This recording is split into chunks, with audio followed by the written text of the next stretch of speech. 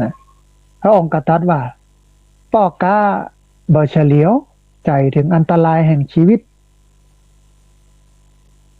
มัวคิดแต่จะค้าขายอยู่ที่นี่ถึงปีเขาจักอยู่ไปได้แหมสัปดาห์เดียวต่ออันปากาคนนี้นะเนี่ยนะพระอานนท์ก็ทราบความแล้วก็ทูลขอพุทธานุญาตไปบอกให้เขาหูตัวเขาก็หูตัวแล้วก็ทำบุญตลอดสัปดาห์ถึงวันกำหนดตายไปก็ไปเกิดในสวรรค์ชั้นดุสิตคือสวรรค์ชั้นที่สี่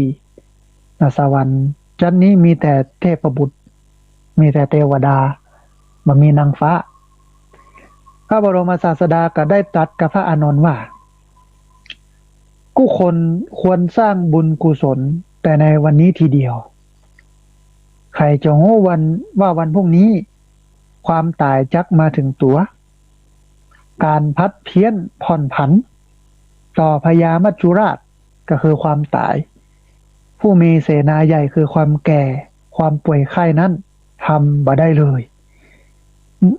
มุนีผู้สงบเรียกผู้ขมักเขม้นประจำอยู่อย่างนี้ว่าผู้มีราตรีเดียวอันเจริญคือวันคืนมีแต่ความเจริญก้าวหน้าชะนี้แหละท่านผู้ฟังอันนี้น่าสนใจนะอันพ่อค้าคนนั้นเมื่อหูตัวว่าจะตายแล้วแห่ง7 วันเนี่ยก็ทำบุญใหญ่เนาะดึงวันหูละว่าจะตายละจะเหลืออยู่ละอีนะถ้าเป็นเฮานี่ถ้าอยากไปแอวไปกินไปเล่นกันนะ แต่พ่อค้าคนนั้นเนี่ยก็ทำบุญทำถึงวัน7 วันจนครบวันตายก็ได้ไปเกิดสวรรค์ชั้นดุสิตคือสวรรค์ชั้นที่สี่นะเพราะสวรรค์ชั้นนี้มีก็เทพบุตรพระบรมศาสดาก็ตรัสกับพระอานนท์ว่ากู้คนควรสร้างบุญกุศลแต่วันนี้ใครจะรู้ว่าวันพรุ่งนี้ความตายจักมาถึงการพัดเพี้ยนต่อผ่อนผันต่อพญามัจจุราชก็คือความตายผู้มีเสนาอามาตย์ใหญ่ก็คือความแก่ความป่วยไข้นั้นทำบ่ได้เลยมุนีผู้สงบเรียกผู้ขมักเขม้นประจำอย่างนี้ว่าผู้มีราตรีเดียวอันเจริญนะตันอยู่มาบอกฮู้จักกี่วันบ่ค่อยได้สนใจในการขนขวายในเรื่องของบุญของกุศลแต่พอฮู้ตัวว่าจะตายแล้วนะก็ขมักเขม้นขนขวายทำบุญถึง7 วันเสร็จแล้วก็ไปตายแล้วก็ไปเกิดในสวรรค์ชั้นดุสิตอันนี้ก็คือผู้มีราตรีเดียวอันเจริญนะก็คือเป็นคนที่ใช้ราตรีใช้วันคืนเนี่ยให้มันเป็นประโยชน์กับชีวิตตัวเก่าก็ต้อง7 ราตรีนะ 7 คืนนะอันนี้ก็เป็นเรื่องหนึ่งที่น่าสนใจท่านผู้ฟังเรื่องที่45เรื่องมารนะต้นเหตุแห่งความบ่ฮู้จักพอนะน่าสนใจท่านผู้ฟังเรื่องต้นเหตุของความบ่ฮู้จักพอมีเรื่องเล่าว่าเมื่อพระบรมศาสดาเนี่ยประทับอยู่ที่กระท่อมในป่าข้างภูเขาหิมพานต์ก็หันพี่น้องชาวบ้านชาวจองถูกกดขี่ข่มเหงด้วยอาญาต่างๆนานาก็ทรงดำริด้วยมหากรุณาว่าอาจจะทรงครองราชสมบัติโดยธรรมบ่กดขี่ข่มเหงประชาชนทั้งจะใจให้คนอื่นทำตัวมารนี่ก็ทราบพระปริวิตกของพระองค์ก็จึงทรงเข้าไปทูลอัญเชิญแล้วก็ชี้แจงว่าหากพระองค์จะพึงอธิษฐานภูเขาหิมพานต์เพื่อเป็นทองได้เนี่ยส่วนตนเนี่ยรับจัดการเรื่องเงินเรื่องทองที่มาทูลดังนี้ก็เพราะติดตาม ผจญมาเมินแล้วนะเมื่อได้โอกาสก็ชักฮื้อเขวแหมตามเคยแต่พระองค์นั้นบ่ทรงรับถึงกับมายอมปรึกษาหารือตัวแล้วก็ตัดว่าภูเขาทองคำธรรมชาติล้วนต่อฮื้อ2 ลูกก็บ่ปอแก่คนคนหนึ่งนะถ้าอยากได้นะคนหู้ดังนี้แล้วก็พึงประพฤติตนให้เรียบร้อยนี่คือมีศีลผู้ใดได้หันตุกอันมีกามความฮักใคร่เป็นต้นเหตุผู้นั้นจะพึงน้อมใจไปหากามอย่างนั้นบ่ได้คนหู้จักว่ากิเลสก็คือราคะโทสะโมหะเป็นเหตุให้คล้องอยู่ในโลกพึงศึกษาศีลสมาธิปัญญาเพื่อกำจัดมันให้หมดไปนะมีบทกลบทหนึ่งท่านผู้ฟังบรรเล่าว่าละกิเลสหมดได้เกาะไร้ตุกถึงความสุขแนบแน่นเป็นแก่นสารพันวิมุตติหลุดโลกอันกันดานสิ้นสงสารวัฏฏะละอะไรละกิเลสหมดได้ก็ไร้ทุกข์ถึงความสุขแนบแน่นเป็นแก่นสารพ้นพรันวิมุตติหลุดโลกโอคะกันดานสิ้นสงสารวัฏฏะละอะไรเนี่ยก็อันมารก็มาสะกิดใจพระพุทธเจ้าว่าอันถ้าท่านทำภูเขาให้เป็นทองถึง2 ลูกได้เนี่ยเขาก็จะเอาเงินเอาคำเอาอย่างมาช่วยนะท่านพระเจ้าก็บอกว่าเงินคำเนี่ยมันบ่มีอย่างละกับตัวเฮาเนี่ยนะเฮานี่พ้นจากหมู่นี้แล้วนะบ่ได้สนใจกับเรื่องราวเหล่านี้ละนะอย่างนี้เป็นต้นเนาะอันนี้ก็คือเรื่องที่45นะเรื่องของมารท่านผู้ฟังเรื่องของมารต่อไปเรื่องที่46นะวันนี้มีหลายเรื่องพอสมควรประมาณ12เรื่อง เรื่องที่46ก็คือพระนางเขมาผู้พิจารณาธาตุทั้ง4นะอันพระนางเขมาเนี่ยเป็นอัครมเหสีของพระเจ้าพิมพิสารแห่งกรุงราชคฤห์ทรงพระสิริโฉมงดงามได้ยินเขาอู้กันว่าพระบรมศาสดานี่ทรงตำหนิโทษของรูปพระนางจึงบ่กล้าไปเฝ้าพระบรมศาสดาบ่ค่อยได้ไปหาเท่าใดนะด้วยทรงเกรงว่าพระองค์จะทรงตำหนิรูปของตัวเก่าพระเจ้าพิมพิสารก็ทรงทราบเรื่องจึงทรงให้คีตกวีแต่งเพลงขับชมพระเวรุวันแล้วก็โปรดให้นักร้องเพลงนั้นพระนางทรงตรัสทรงสดับรับฟังแล้วกะใคร่จะเสด็จไปชมพระเวรุวันมหาวิหารในเพลงมันว่าอย่างนั้นโลกมันงดงามนะพระเจ้าพิมพิสารก็ทรงพาพระนางเข้าไปเฝ้าพระบรมศาสดาพระองค์ก็ทรงพระอัธยาศัยก็จึงทรงนิมิตรูปหญิงสาวสวยงามพัดอยู่ใกล้ๆแล้วก็เมื่อเปลี่ยนแปลไปจนเหลือแต่โครงกระดูกนะก็เนรมิตไม่ยิงมานั่งใกล้ๆกับมีพระพุทธเจ้าแล้วก็ไม่ยิงก็งามตัวเสร็จแล้วก็เหลือก็กระดูกนี่นะขั้นแรกพระนางตะลึงดูหญิงนั่นบ่เป็นอันฟังธรรมพระพุทธองค์ก็ทรงทราบวาระกิจของพระนางก็จึงตรัสพระคาถาว่าพระนางเขมาจงพิจารณารูปที่กุมกันขึ้นด้วยธาตุทั้ง4ก็คือดิน น้ำลมแล้วก็ไฟเดือดร้อนกระซับกระส่ายบาสะอาดเน่าเปื่อยไหลเข้าไหลออกไปทั่วทั้งตัวที่พวกคนโง่เขาเบาปัญญาปรารถนากันนักนะ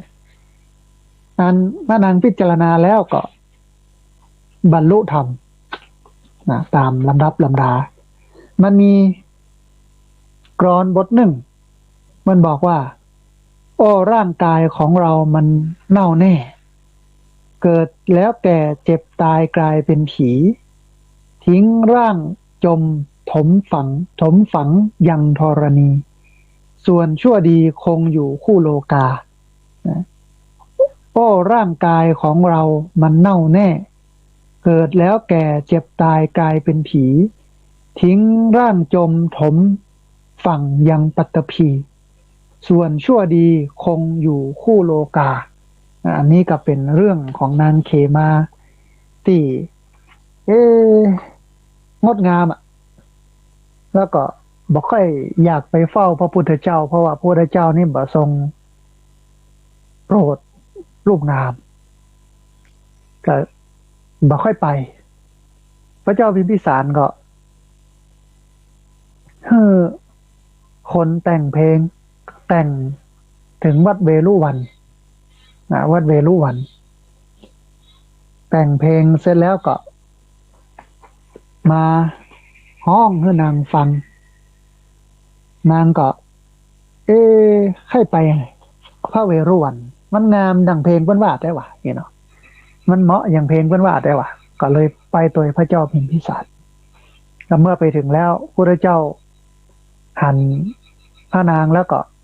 เอาละเดี๋ยวเราจะโปรดนางก็เลยในระมิตรูปคนมาวีวีอยู่ทางข้างเป็นไม่ยิงงามวีพระพุทธเจ้าขณะที่วีอยู่เนี่ยนางก็พอก็ไม่ยิงคนนั้นนะนางเขมาก็พอก็ไม่ยิงคนนั้นบอกค่อยฟังธรรมอะไรอย่างเลยนะทีนี้เมื่อวีไปก็เริ่มเหี่ยวนะเริ่มเฉาเริ่มสลดหดหูลงจากงามนะกลายเป็นคนงามกลายเป็นคนบางงามจนเหลือเก้าโครงกระดูกนางก็เลยเข้าใจธรรมะอันนี้พระเจ้าก็เลยตรัสว่าพระนางเขมาจงพิจารณารูปที่คุมกันขึ้นด้วยธาตุทั้งสี่ก็คือดินน้ำลมไฟดินก็คืออันที่แข็งเนี่ยเป็นเนื้อเป็นหนังเป็นเอ็นเป็นกระดูกน้ำก็เป็นน้ำมูกน้ำลายน้ำปัสสาวะน้ำอย่างต่างๆอยู่ทั่วร่างกายน้ำหูน้ำตาลมขึ้นเบื้องต่ำลมลงเบื้องสูงลมที่อยู่ในท้องไฟที่เผาไหม้ทำให้ร่างกายอบอุ่นอุณหภูมิมันเดือดร้อนกระซับกระส่ายบ่สะอาดเน่าเปื่อยไหลเข้าไหลออกไปทั้งตัวที่พวกคนโง่เขาเบาปัญญาปรารถนากันนักพอท่านนี้เป็นอย่างนี้เห็นเหมือนกับแม่นางคนเนี้ยที่มาวีมาพักเนื้อข้าเนี่ยมันเน่าเปื่อยผุสลายไปเหลือก็โครงกระดูกเนี่ยนางก็ได้ดวงตาเห็นธรรมก็ได้บรรลุธรรมอันนี้ก็คือเรื่องของงานพระนางเขมาผู้พิจารณาธาตุทั้งสี่นะฮะต่อไปเรื่องที่47ท่านผู้ฟังเรื่องที่47บัณฑิตแม่นธนูบัณฑิตแม่นธนูเรื่องนี้ค่อนข้างที่จะยาวน้อยหนึ่งมีภิกษุรูปหนึ่งไปฉันข้าวต้มที่หอฉันคันแล้วก็บ่มีน้ำดื่มจึงเข้าไปหาน้ำในบ้านหญิงสาวคนหนึ่งนำน้ำดื่มมาถวายแล้วก็ภาวนาไว้ว่าถ้าจะฉันน้ำนะนี่มนต์มาฉันที่นี่เนอะข้าเจ้าจะเตรียมอย่างให้ไว้ภายหลังภิกษุรูปนั้นไปจนคุ้นเคยกันกับแม่หญิงคนนั้นไปมันเข้ากับคุ้นเคยความคุ้นเคยสนิทสนมกันระหว่างชายหนุ่มกับหญิงสาวเนี่ยมักจะแปลเป็นอย่างอื่นบ่ได้พระพุทธองค์ก็ทรงตรัสว่าอิทธิมะลัง พรหมจริยศะหรืออิสตรีเนี่ยเป็นมนทินของพรหมจรรย์เป็นมนทินของพรหมจรรย์ต่อมาภิกษุนั้นก็จึงกึศศึกพระบรมศาสดาก็ทรงทราบเรื่องก็จึงตรัสสอนด้วยเรื่องในอดีตว่าในอดีตเนี่ยมีหนุ่มชาวเมืองพาราณสีคนหนึ่งออกไปศึกษาศิลปะวิทยาณเมืองตักกศิลาเล่าเรียนได้ดีทัดเทียมกับอาจารย์เป็นบัณฑิตแม่นธนูยิงได้แม่นดังจับวางแนะนามว่าจุลธนุคหะบัณฑิตจุลธนุคหะบัณฑิตเมื่อสำเร็จการศึกษาแล้วก็ทรงกราบลาอาจารย์กลับบ้านของตัวเก่าอาจารย์ก็ได้ยกสตรีสาวสวยให้เป็นภรรยาเขาก็พาภรรยาเดินทางกลับมีลูกธนูติดตัวมาประมาณสัก50 ดอกกับมีดดาบ1 เล่มนะต้องผ่านดง2 แห่งนั่นบูฟังผ่านดงแห่งแรกไปปะกับจ้างตกมันใจลูกธนูยิงจ้าง1 ดอกแล้วก็ฝ่าไปดงที่2ไปปะใส่หมู่โจร50 คนใจลูกธนูไป49 ดอกที่เหลือยิงลูกน้องของโจรตายได้หมดก็เหลือ9หัวหน้าโจรเพราะลูกธนูเนี่ยยิงจ้างไปละ1 ดอกปั้มกันนะปั้มกันกับโจรกดโจรลงไว้ได้นะเรียกภรรยาให้ส่งดาบมาเพื่อฆ่าหัวหน้าโจรแต่ภรรยาเกิดหักโจรขึ้นมาท่านผู้ฟังจึงส่งดาบให้กับโจรโจรก็ใจดาบฟันจุลธนุคหะบัณฑิตตายแล้วก็พาภรรยาของบัณฑิตนั้นไปไต่ถามประวัติกับหูเรื่องแล้วก็จังนางที่มี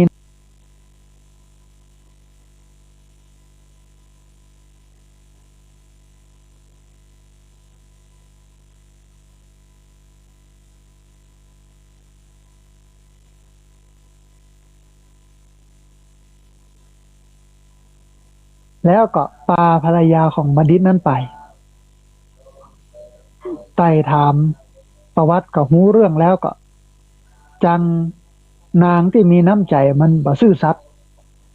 เกรงพันพิษสังเกตท่านผู้ฟังก็ร้องเรียกให้โจรข้ามมาฮับแต่โจรมายอมกลับมาฮับก็รีบหนีไปทันทีฝ่ายท้าวสักกะเทวราชทรงเห็นเหตุการณ์นั่นตลอดก็จะเย้ยนางนะก็จะเย้ยนางว่าโอ้นางนี่เหมือนดีแบบดีบอสฆ่าผัวตัวเก่าแถมพอมาเจอโจรก็ไปอยู่ก็โจรนั่นนี่โจรละเนี่ยนี่เนาะเหมาะเหตุแท้นะนี้ท้าวสักกะเทวราชจึงทรงให้มาตาลีเทพบุตรแปลงเป็นป๋าปัญจสิกขะเทพบุตรแปลงเป็นเหยี่ยวพระองค์เองทรงแปลงเป็นหมาจิ้งจอกคาบเนื้อไปที่แม่น้ำไปใกล้ๆนางนั่นป่าโดดขึ้นมาบนบกหมาจิ้งจอกทิ้งชิ้นเนื้อวิ่งไปตะคุบป่ากระโดดลงน้ำเสียก่อนเหยี่ยวก็มาโฉบเอาชิ้นเนื้อไปสุนัขจิ้งจอกทำเป็นนอนซึมนะเมื่อนางหันอย่างนั้นก็นึกคบขัน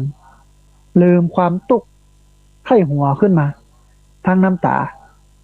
หมาจิ้งจอกจึงโต้ตอบกับนางว่านางกับโจรก็ตอบกันดังนี้นางบอกโจรว่าพ่อมหาจำเริญคนของทั้งหมดข้ามไปถึงฝั่งแล้วโปรดกลับมาเร็วๆคราวนี้มารับฉันข้ามไปเถิดพ่อคุณนะโจรก็ตอบว่า นางผู้เลอโฉมนางผู้โฉมงามรูปสวยใจซ้ำหล่อนเอาผัวผู้ชมผู้เชยชมกันมาเมินมาเปลี่ยนเฮาผู้บ่ใจผัวยังบ่ได้เชยชมนางเอ๋ยนางคงเอาเฮาเปลี่ยนชายอื่นต่อไปแถมเฮาจะรีบไปให้ไกลจากที่นี่โดยเร็วสุนัขจิ้งจอกกระทักว่าเอ๊ะใครนะไข้หัวราอยู่ที่พุ่มชุ่มเฮ็ดน้ำในที่นี่บ่มีการฟ้อนรำขับร้องหรือการประโคมอย่างสนุกสนานในเวลาร้องไห้แม่นางสะโพกงามแม่คนสวยทำไมนะจึงไข้หัวได้นางก็ตอบว่าจะมาจิ้งจอกผู้โง่เซอะเจ้าฉลาดน้อยไปหน่อยเพราะเจ้าเสียปลาโดยเสียจีนโดยซบเซาส้อยซบเซาซบส้อยอยู่ดุดคนกำพร้าอนาถานั่นแหละหมาจิ้งจอกก็ย้อนถามย้อนตอบว่าโทษของคนอื่นหันง่ายส่วนโทษของตัวเก่านั้นหันยากเจ้าเสียผัวโดยเสียจู้โดยเมื่อเทียบกับเฮาเจ้านั่นแหละซบเซาเศร้าส้อยยิ่งกว่าเฮานางนางสารภาพว่าท่านผู้เจริญท่านอู้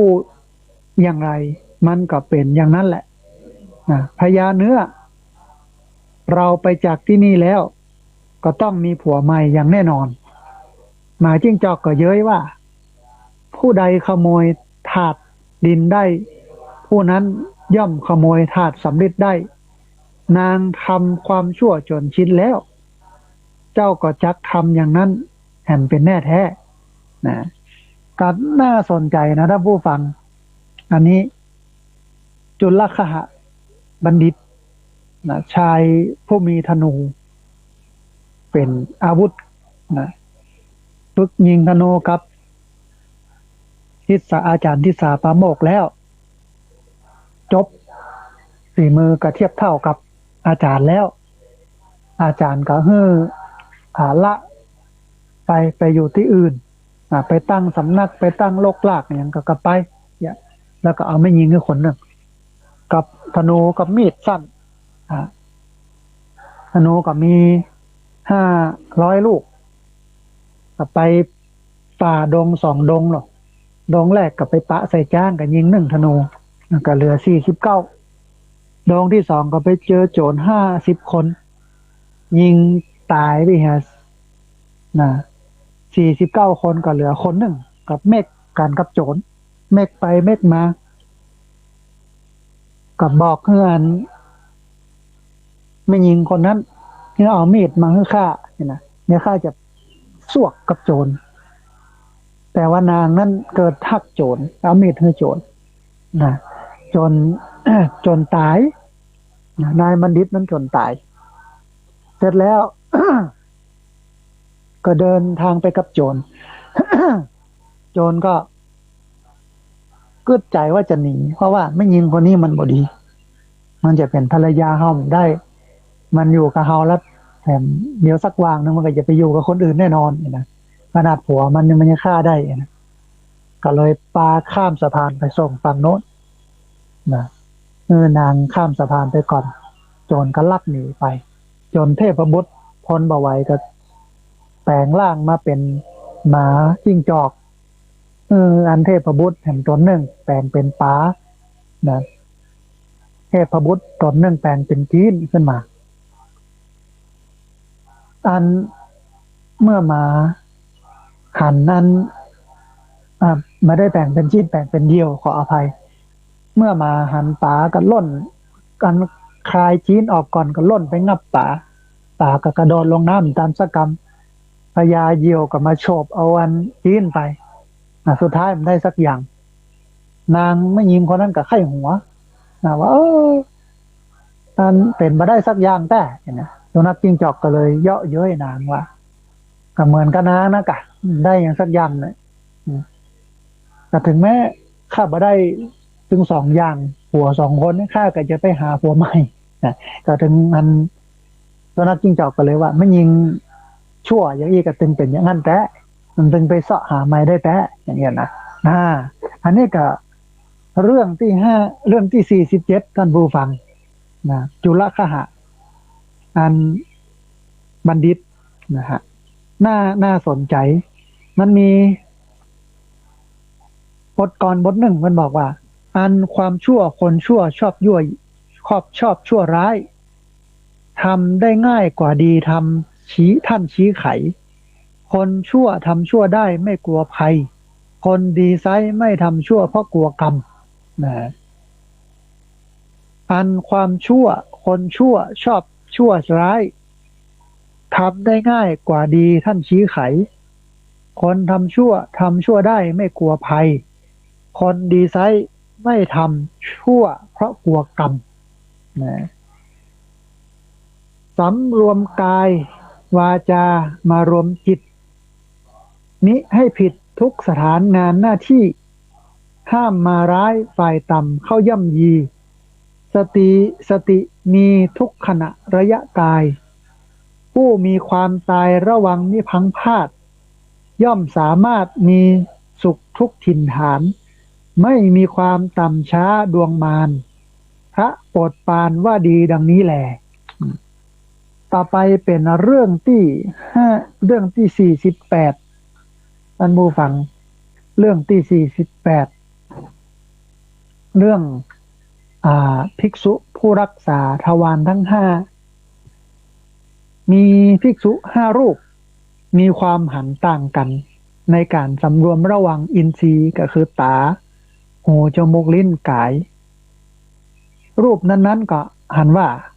ทวารนั้นสำคัญนักรักษายากวันหนึ่งเกิดโต้เถียงกันขึ้นต่างก็ว่าตนรักษาทวารที่รักษาได้ยากตกลงกันบ่ได้ท่านผู้ฟังจึงปากันไปเข้าเฝ้าพระบรมศาสดาสัมมาสัมพุทธเจ้าขอให้พระองค์นั้นทรงตัดสินพระองค์ตรัสว่ารักษายากด้วยกันทั้งนั้นแหละที่จริงสิ่งที่รักษายากที่สุดก็คือจิตใจของเรานี้แต่ในแง่นี้ท่านบ่ประสงค์จะกล่าวถึงก็เลยบอกว่า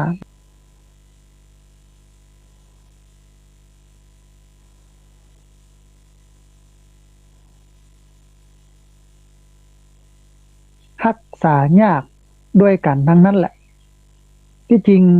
สิ่งที่รักษายากที่สุดก็คือจิตใจของเรานี้แต่ในแง่นี้ท่านบ่ประสงค์จะกล่าวถึงก็เลยบอกว่ามันรักษาได้ยากเหมือนกันหมดอะพระเจ้ากับพุทธเจ้าว่ายักษ์ได้เป็นพระราชาในเมืองตักกศิลาแคว้นคันธาระการเดินทางไปถ้าไปทางอ้อมเป็นระยะทาง100 โยชน์ถ้าไปทางตรงฝ่าดงไปเพียง50 โยชน์แต่ในดงต้องฝ่าอันตรายจากนางผีเสื้อยักษ์แปลงเป็น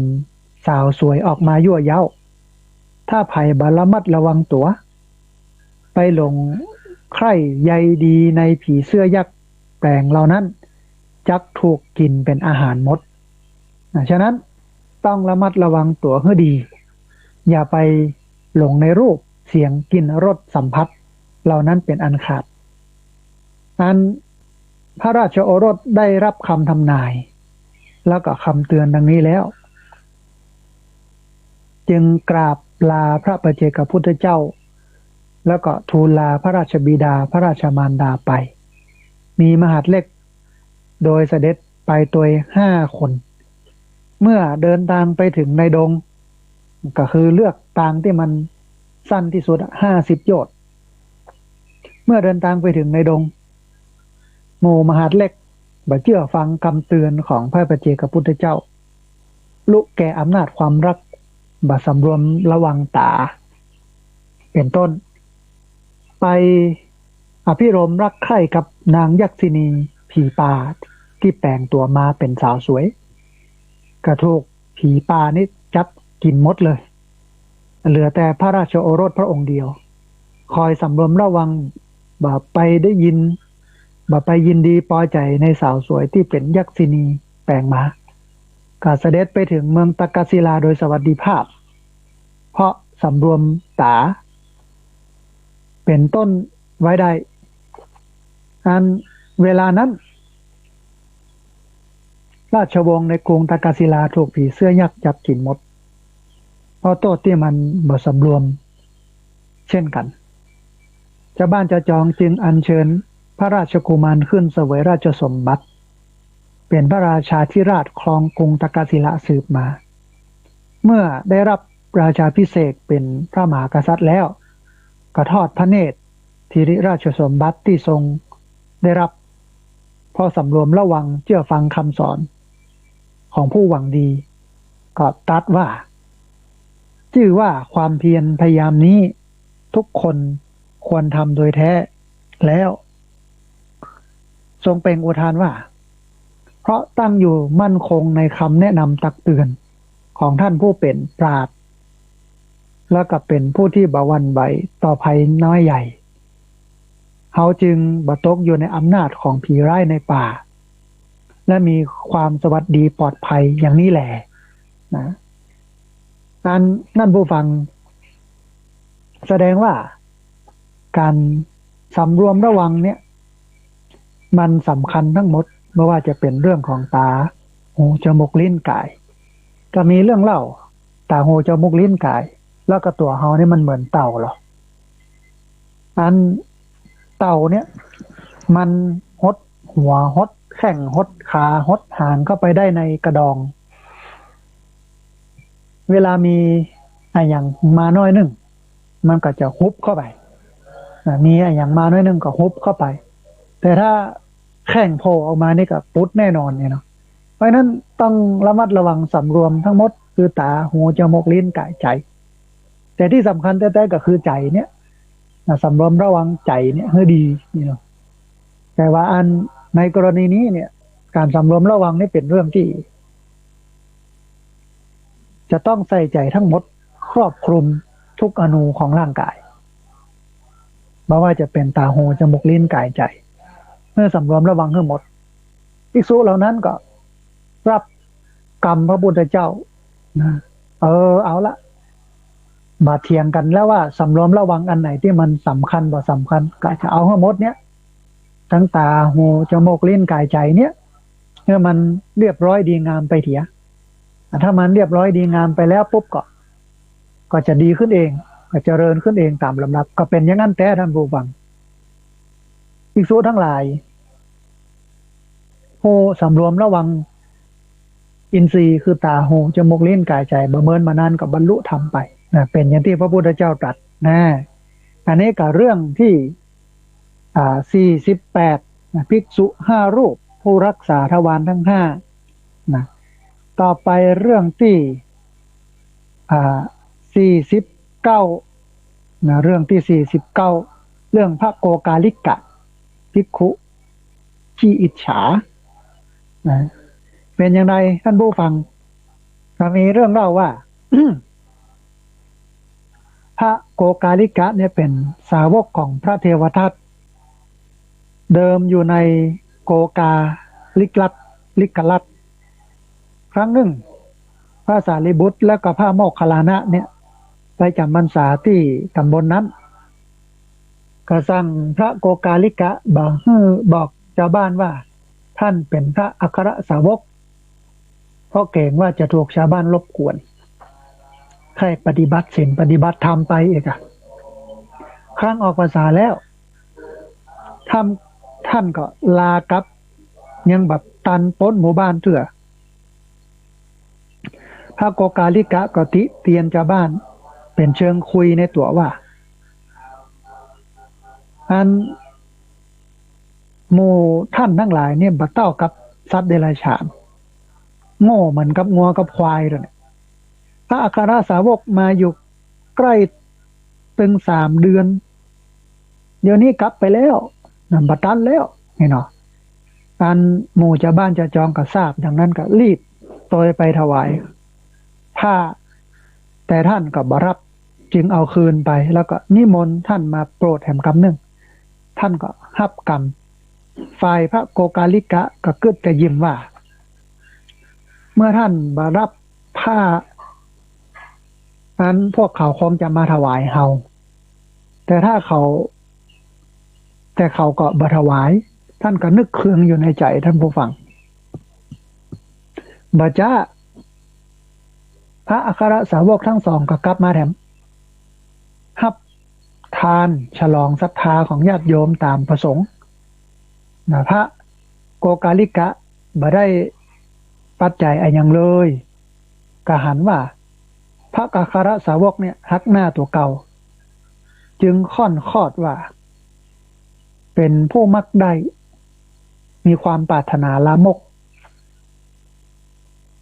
พระอัครสาวกก็ทราบว่าพระโกกาลิกะบ่ชอบจึงกลับมาชาวบ้านยังบ่อยากให้กลับท่านก็บ่นกับพระเพื่อนๆว่าท่านถูกพระโกกาลิกะในด่าว่าต่างๆนานาจะอยู่ต่อไปได้อย่างไรชาวบ้านทราบเรื่องนี้ก็จึงเข้าไปต่อว่าพระโกกาลิกะแล้วก็ไปขอขมาพระอัครสาวกเนี่ยตัวนั้นนิมนต์กลับมาแถมเธอยอมไปขอขมานิมนต์พระอัครสาวกกลับมาแต่พระอัครสาวกบักกลับท่านจึงกลับมาบอกชาวบ้านนะชาวบ้านเนี่ยโกรธก็เลยไล่ท่านนี้ออกไปจากสำนักสงฆ์พระโกกาลิกะก็ไปเข้าเฝ้าพระพุทธเจ้าทูลกล่าวโทษพระอัครสาวกทั้งสองนะพระองค์ก็ทรงคัดค้านก็ยังยืนยันว่าตนหันกับตาคนอื่นบ่หันดื้อดึงอยู่หันเพราะท่านด่าพระอัครสาวกก็เกิดผื่นขึ้นตามตัวคล้ายขี้กากท่านผู้ฟังแต่บ่ใจแต่มันก็ใหญ่ขึ้นเนาะก็แตกเน่าเฟะพ่อบะลงพ่อบะลงกับเจ้าหมู่คณะอย่างนี้ได้โอกาสคราวที่พระเทวทัตแยกหมู่คณะจากพระพุทธเจ้าเธอก็เข้าไปอยู่ในคณะนั้นเป็นศิษย์ของพระเทวทัตครั้นเมื่อพระอัครสาวกไปหาพระที่ถูกพระเทวทัตไปคืนมาไปเสาะหากลับคืนมาพระเทวทัตก็กำลังจำวัดนอนหลับอยู่พระโกกาลิกะก็จึงเอา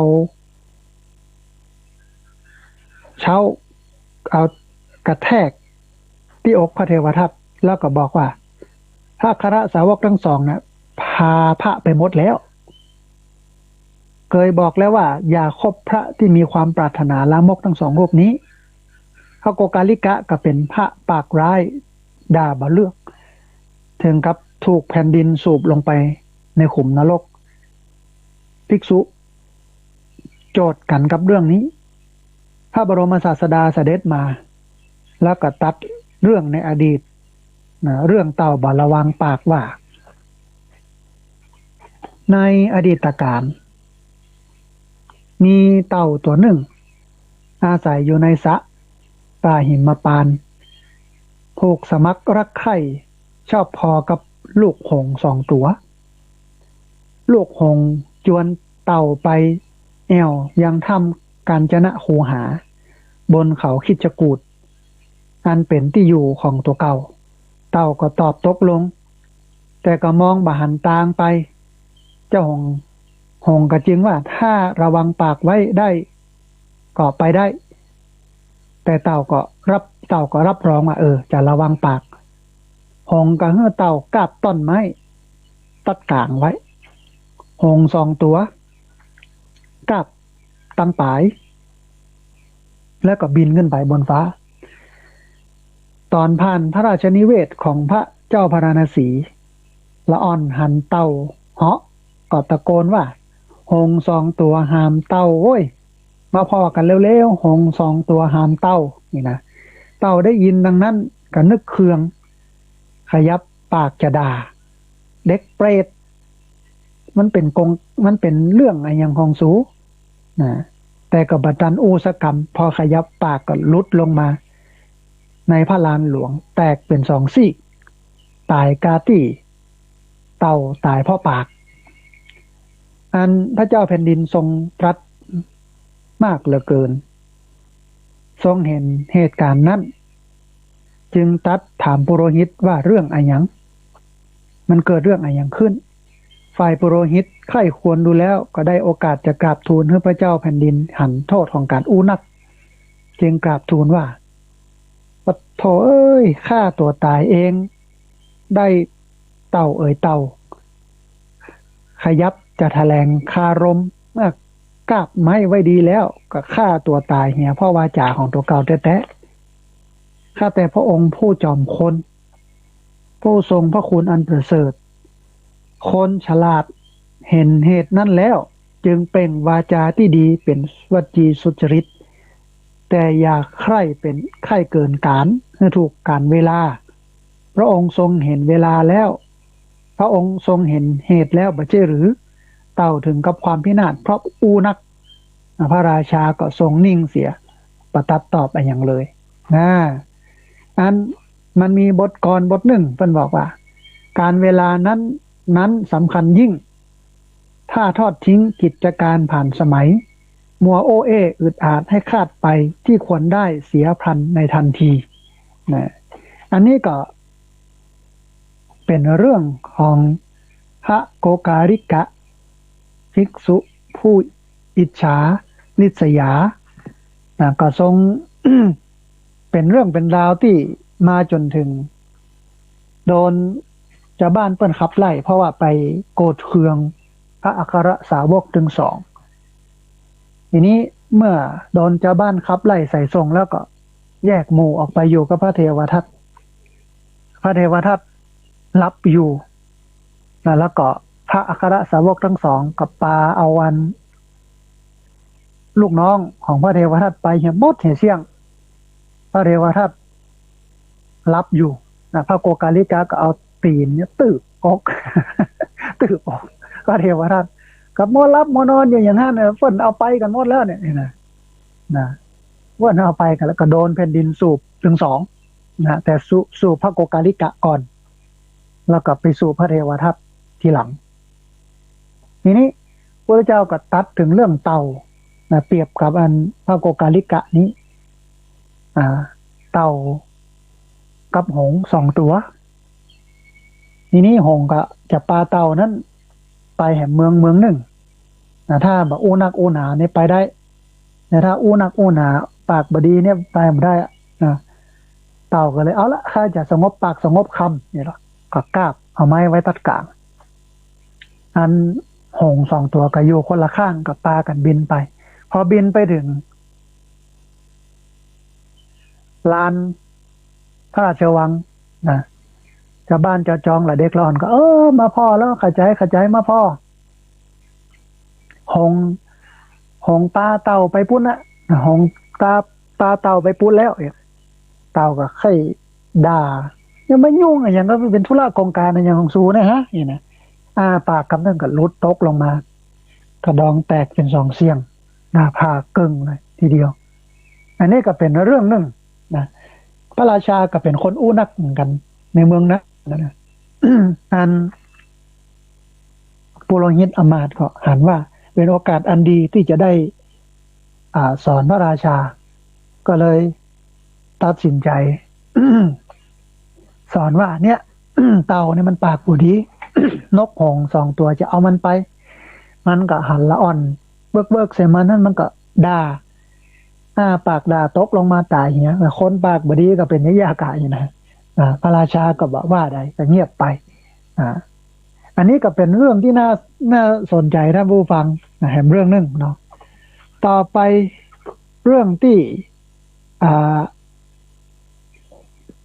50เหลือ2เรื่องนะก็จะจับกับ เวลาพอดีเดี๋ยวก็จะเปิดสายให้ท่านผู้ฟัง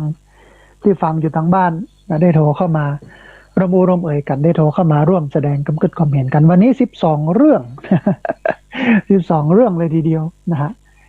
แถมเรื่องหนึ่งก็คือพระวักกลิภิกษุผู้ติดรูปมีอยู่น้อยหนึ่งนะ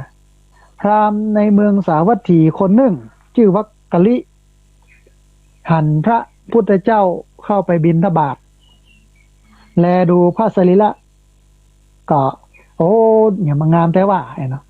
เป็นมหาปุริสลักษณะอันงดงามบาอิมบาปอใครจะได้หันเสมออันนี้เป็นคนที่ชอบรูปสวยรูปงามก็จึงเข้ามาบวชในพระพุทธศาสนาเฝ้าดูอยู่บ่ห่างทอดทิ้งกิจของทรงมีการเจริญกรรมฐานเป็นต้นพระบรมศาสดาก็ทรงรอเวลาให้ยานแก่กล้าบ่ได้ตัดอะไรยังภายหลังก็ทรงหันว่าต้องทำให้สลดใจจึงจะสำเร็จมรรคผลตัดว่าวักกะลิกจะมาพ่ออะไรยังซึ่งกายตถาคตอันเน่าเปื่อยผู้ใดเห็นธรรมผู้นั้นชื่อว่าเห็นตถาคตแล้วก็ขับไล่ใส่ส่งอันใส่ส่งออกไปนะอันพระวักกะลิกก็เสียอกเสียใจโดนขับไล่ใส่ส่งขึ้นไปบนภูเขาคิดจะกูดกึดจะกระโดดเข่าลงมาตายพระพุทธองค์ก็ทรงดำริว่าถ้าเฮาแบบปลอบประโลมคงจะเสื่อมจากมรรคผลเป็นแน่จึงทรงเปล่งรัศมีแสดงพระองค์หันพอท่านได้หันพระตถาคตเจ้าความโศกเศร้าเสียใจก็สิ้นไปพระองค์ก็ตัดปลุกปลอบใจให้เกิดปิติแล้วก็ยื่นพระหัตถ์ตัดเรียบเมื่อท่านได้รับพระโอวาทถูกใจแล้วก็ได้บรรลุเป็นพระอรหันต์พร้อมกับปฏิสัมภิทาญาณในคราวนั้นเองพระคาถาที่พระองค์ตัดเรียกก็มีความว่ามาเถิดวักกะลิกอย่ากลัวเลยจงดูตถาคตเถิดเราจักช่วยยกเธอขึ้นจากลมคือกิเลส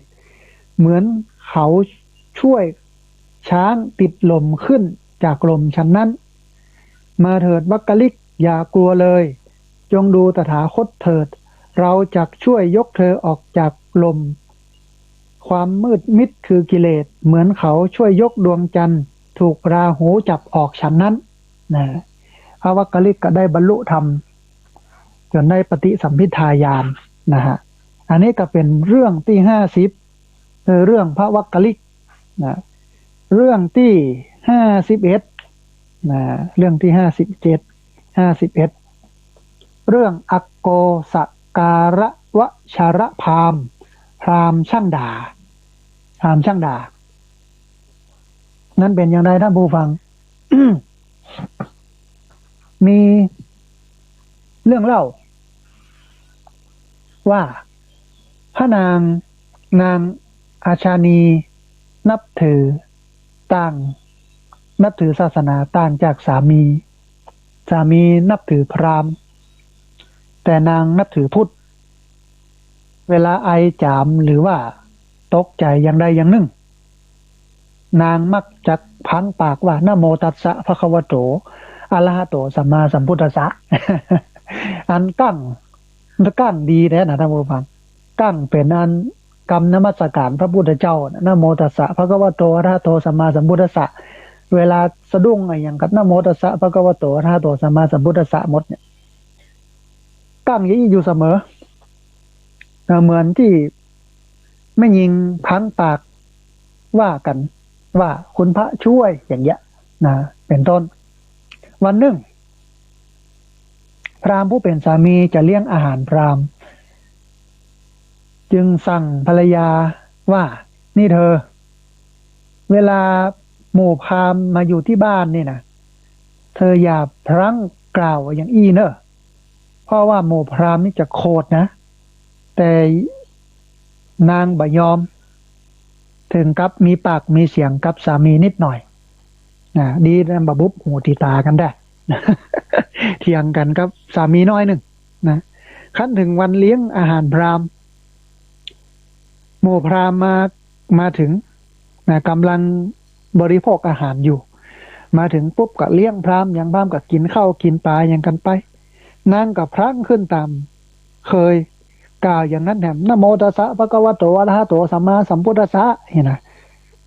โมพราหมณ์ ก็ด่าว่าสามีของนางโอ้ยอย่างใดอ่ะมันนับถือศาสนาพราหมณ์มันนะโมตัสสะภะคะวะโตอะระหะโตสัมมาสัมพุทธัสสะมันนมัสการพระพุทธเจ้าได้อย่างไรเนี่ยกับด่าสามีของเธอไปแล้วก็ปิกไปเพราะคำอู้ของนางเป็นคำบาดหูของหมู่พราหมณ์ฝ่าย ฟ้าพราหมณ์สามีถูกหมู่กันเองด่าก็เลยมาด่าว่าภรรยาแห่มต่อหนึ่งแล้วก็รีบไปเฝ้าพระบรมศาสดาก็จะจับผิดมาเยาะเย้ยภรรยาของตัวนะมันนับถืออย่างปลาล่ำปลาเหลือเนี่ยฮะนะอย่าไปพอกันก่อนว่ามันพิษอย่างพ่องอย่ามาเยาะเย้ยกันหรอกอันตั้งปัญหาถามอย่างที่ตนกึดว่าจะทำให้พระพุทธองค์เนี่ยจนแล้วก็ตอบบ่ได้แต่เมื่อพระองค์ตอบแล้วกับเลื่อมใสในพระพุทธศาสนาตลอดจนพี่น้องแห่มหลายคนก็ปากันนับถือตัวเลยคำถามที่พราหมณ์ทูลถามพระบรมศาสดาสัมมาสัมพุทธเจ้ามีดังนี้ท่านผู้ฟังตั้งใจฟังดีๆพราหมณ์ทูลว่า ข้าอันยังจึงจะอยู่เป็นสุขข้าอันยังจึงบ่เศร้าโศกข้าอันยังจึงอยู่เป็นสุขข้าอันยังจึงบ่เศร้าโศกเรื่องนี้น่าสนใจนะท่านผู้ฟังข้าอันยังจึงอยู่เป็นสุขข้าอันยังจึงบ่เศร้าโศกพระองค์ก็ทรงพอพระทัยข้าอันยังซึ่งเป็นงานชิ้นเอกของพระโคดมพระองค์ก็ตรัสว่าข้าความโกรธได้แล้วย่อมเป็นสุขโกทังทัตตวาสุขขังเสนติพระองค์ก็ตอบว่าโกทังทัตตวาสุขขังเสนติข้าความโกรธได้จึงอยู่เป็นสุขข้าความโกรธได้แล้วความบ่เศร้าโศกโกทังทัตตวานะโสจติพราหมณ์อารยชนสรรเสริญการฆ่าความโกรธซึ่งมีรากเป็นพิษมียอดเป็นยอดหวานก็คือได้โกรธก็รู้สึกว่าเป็นสุขพวกโกรธเข้าแล้วกับไปประทุษร้ายร่างกายทำลายชีวิตเขาก็ได้รับโทษเป็นทุกข์ก็แลคนฆ่าความโกรธได้แล้วย่อมอยู่เย็นเป็นสุขบ่เศร้าโศกเสียใจชะนี้มีคาถา เป็นคำกรว่าฆ่าความโกรธลงได้ก็หายทุกข์เกษมสุขเสพสรรแต่หันษา ไร้ทุลียียวนกวนอุราดังจันทราเมฆหมดไม่บดบังฆ่าโกรธให้ตายไม่คลายทุกข์จะหมายสุขเสพสรรนั้นอย่าหวังเหมือนเมฆหมอกราคีมีพลังเข้าบดบังเปื้อนประสิทธิ์พรอันนี้ก็เป็นเรื่องเล่าที่น่าสนใจท่านผู้ฟังอันพราหมณ์นับถือศาสนาพราหมณ์เชิญพราหมณ์มาเลี้ยงมากินมาที่บ้านภรรยาก็เป็นคนขี้กั้งแล้วก็เป็นคนนับถือศาสนาพุทธเวลาเต้าก็นะโมตัสสะภะคะวะโตอะระหะโตสัมมาสัมพุทธัสสะเนี่ยเวลาเนี่ยอย่างสะดุ้งก็นะโมตัสสะภะคะวะโตอะระหะโตสัมมาสัมพุทธัสสะนี่นะการนี้ก็ดีนะที่กั้งอย่างนี้ เหมือนกันบะห้าบะโหงบะเฮวอย่างนี้นะว่าไปนะบางคนกั้งกับเป็นเรื่องที่น่าตลกปกฮาทีนี้ก็ไปว่าภรรยาว่าจะไปกั้งเนอะถ้าพราหมณ์มานะแต่เผอิญว่ามันบ่อดบ่ได้หรอกเรื่องกั้งเนี่ยจะไปพิษไปเถียงกันอยู่ว่างนึงแต่ก็บ่ถึงขั้นร้ายแรงหรอกทีนี้พราหมณ์มาที่บ้านมากินมาเลี้ยงมาอย่างต่างๆนานก็ยกขันโตกไปยกขันเข้าไปสู่ไปเสะไปฮื้อพราหมณ์ก็ต้าน้อยหนึ่งคล้องเพลิดสะดุ้งก็กั้งนะโมตัสสะออกมาพราหมณ์ก็เลยโหยังไปว่าอย่างนั้นเนี่ยก็ต่อว่ากับสามีก็เลยจะไปจับผิด พระศาสดาสัมมาสัมพุทธเจ้ากันก่อนก็เลยไปหาที่สำนักก็ไปตั้งคำถามว่าข้าอย่างได้ชื่อว่าอันเป็นสุขข้าอย่างได้ชื่อว่าบโศกนะพระเจ้าก็เลยบอกว่าโกทังทัตตวาสุขังเสนติ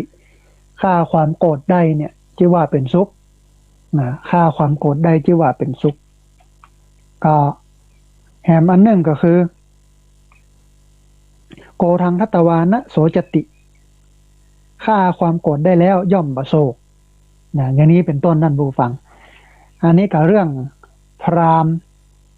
อักโกสะการะทวชรพราหมณ์พราหมณ์ช่างด่า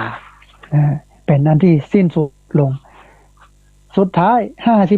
52พระสุนทรสมุทรเถระภิกษุผู้มุ่งมั่นเป็นเรื่องสุดท้ายเนาะสำหรับนิทานธรรมบทในพระไตรปิฎกมีอยู่52เรื่องนี้เป็นเรื่องที่52เป็นเรื่องสุดท้ายก่อนที่จะอันถึงเรื่องนี้มีบทกลอนบทหนึ่งมันบอกว่าสักกวา1เงินทอง2ผู้หญิงนับเป็นสิ่งทำตัวให้มัวหมอง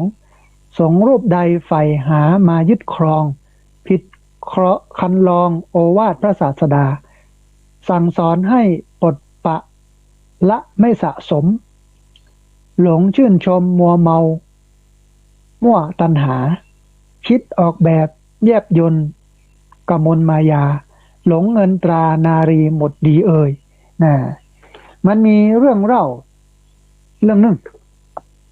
คือในเมืองสาวัตถีมีชายหนุ่มคนหนึ่งชื่อว่าสมุทรสุนทรสมุทรพ่อแม่เป็นเศรษฐีวันหนึ่งหันพี่น้องชาวบ้านปากันไปฟังธรรมที่วัดเชตวันก็เลยตัวไปฟังกระเปิ้นห้องมันไปอย่างกันนักกันน้ำปลาล่ำปลาเลือเนี่ยเต็มเป็นบืดเป็นบาไอ้เปิ้นไปไหนกันเนี่ยเห็นเนาะก็เปิ้นก็ไปฟังธรรมพระพุทธเจ้าที่เมืองที่อันวัดเชตวันนะกะอ๋อเห็นนะน่าสนใจเฮ้ยลองไปฟังพอเหรอเห็นนะก็ไปคันเมื่อได้ฟังธรรมแล้วก็เกิดศรัทธาความเชื่อปัสสะความเริ่มใสศรัทธาอยากจะบวชกลับมาขออนุญาตมารดาบิดาแล้วก็ไปบวชในสำนักพระบรมศาสดาหลีกไปอยู่เสียที่กรุงราชคฤห์เฮือไก่บ้านตัวเก่าบอกค่อยปะเปื่อนปะฝูงปะไผ่ละเนาะต่อมาวันหนึ่งในเมืองสาวัตถีมีงานนักขัตฤกษ์สนุกสนานมารดาบิดาของงานพระสมุทรสุนทรเนี่ยก็หันหมู่เปื้อนของพระลูกบ่าวแอวเล่นกันอย่างสนุกสนานกระทำให้เกิดถึงลูกบ่าวบนลำพึงลำพันถึงลูกบ่าวขณะนั้นหญิงโสเภณีคนหนึ่งไปที่บ้านไต่ถามถึงความตุกข์ความสุขก็ทราบเรื่องแล้วก็รับอาสาว่าเดี๋ยวกันเดี๋ยวข้าเจ้าจะไปล่อพระมันซึกนะเนาะหวังว่าจะเป็นลูกสะใภ้แทนสินจ้างรางวัลข้าเจ้าเนี่ยจะไปถ้าซึกได้นี่แน่นอนจะแต่งงานกับข้าเจ้าถ้าซึกบ่ได้นี่ก็เป็นยั้งนี่เนาะนางก็รับเงินเป็นค่าใช้จ่ายไปเจ้าบ้านอยู่หลังหนึ่งอยู่ต่างที่พระสุนทรสมุทรบิณฑบาตผ่านมาเสมอก็คอยถวายอาหารบิณฑบาตจนคุ้นเคยกันภายหลังท่านถูกล่อให้ขึ้นไปฉันบนตึกชั้นบนแล้วนางก็แสดงจริตกิริยามารยาทหญิงยั่วเย้าต่างๆนานาเมื่อนางแสดงมายายั่วเย้าอย่างนั้นแล้วบอกตรงๆว่าแม้ท่านยังหนุ่มฟ้อหล่อเฟี้ยวก็คู่ควรแก่ดิฉันผู้สาวพริ้งเราควรมาหาความสุขในชีวิตรักกันเถิดพ่อแก่แม่เฒ่าคอยท่านซึกอยู่เนอะเนี่ยนะแต่ท่านกลับสังเวชใจท่านผู้ฟังพอเปิ้นได้บวชได้ปฏิบัติได้ศึกษามาก็เกิดสลดใจดังประหนึ่งว่าพระบรมศาสดาเนี่ย เสด็จตัดมาเตือนกันเลยทีเดียวก็พิจารณาหันธรรมก็ได้บรรลุเป็นพระอรหันตผลแล้วก็ลบหนีไปตัดท่านเลยนะฮะเมื่อพระสุนทรสมุทรมาเฝ้าพระบรมศาสดาภิกษุทั้งหลายคุยกันในธรรมศาลาว่าพระสมุทรสุนทรเนี่ยเกือบจะเสียท่าแก่สตรีนะเพราะติดในรสอาหารได้พระบรมศาสดาตรัสทรงช่วยไว้จึงพ้นอันตรายมาได้พระพุทธองค์ก็เลยเสด็จมาแล้วก็ทรงแสดงถึงอำนาจของรสให้ฟังว่าในอดีตนี่นะเมื่อพระเจ้าพรหมทัตเสวยราชสมบัติในเมืองพาราณสีนายสัญชัยคนเฝ้าสวนหลวงเคยเก็บดอกไม้ผลไม้ถวายพระราชาเสมอต่อมามีเนื้อสมันตัวหนึ่งเข้ามาหากินในสวนหลวงพอหันคนเข้าก็วิ่งหนีแต่นายสัญชัยบ่ได้ไต่ถามพระราชาทรงทราบรับสั่งว่าอันจับตัวมันให้ได้จับตัวมันได้ก่อนเขาก็ทูลขอน้ำผึ้งไปล่อครั้งแรกก็เอาน้ำผึ้งไปราดไว้บนพื้นหญ้าให้มันติดในรถก่อนแล้วก็ค่อยๆให้มันหันตัวพ่อง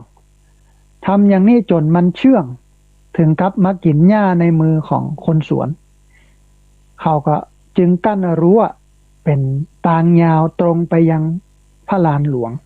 เอาหญ้าล่อเนื้อมัสมั่นตัวนั้นให้เข้าไปเมื่อเนื้อเดินตามคนสวนเข้าไปเขาก็ปิดประตูก็มันออกมาได้คันถึงหน้าพระลานหันคนนักตกใจก็วิ่งวกวนอยู่ในกรงหัวหันพระราชาเสด็จลงมาทอดพระเนตรหันเนื้อสัมมันตัวสั่นเทาเพราะความกลัวก็เจิมรับสั่งว่าเพราะมันติดในรถ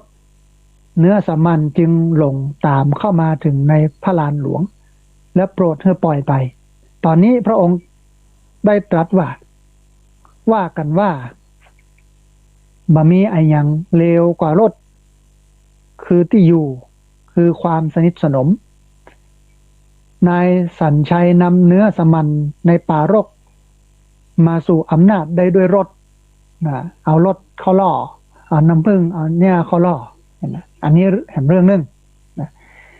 แห่งเป็นเรื่องที่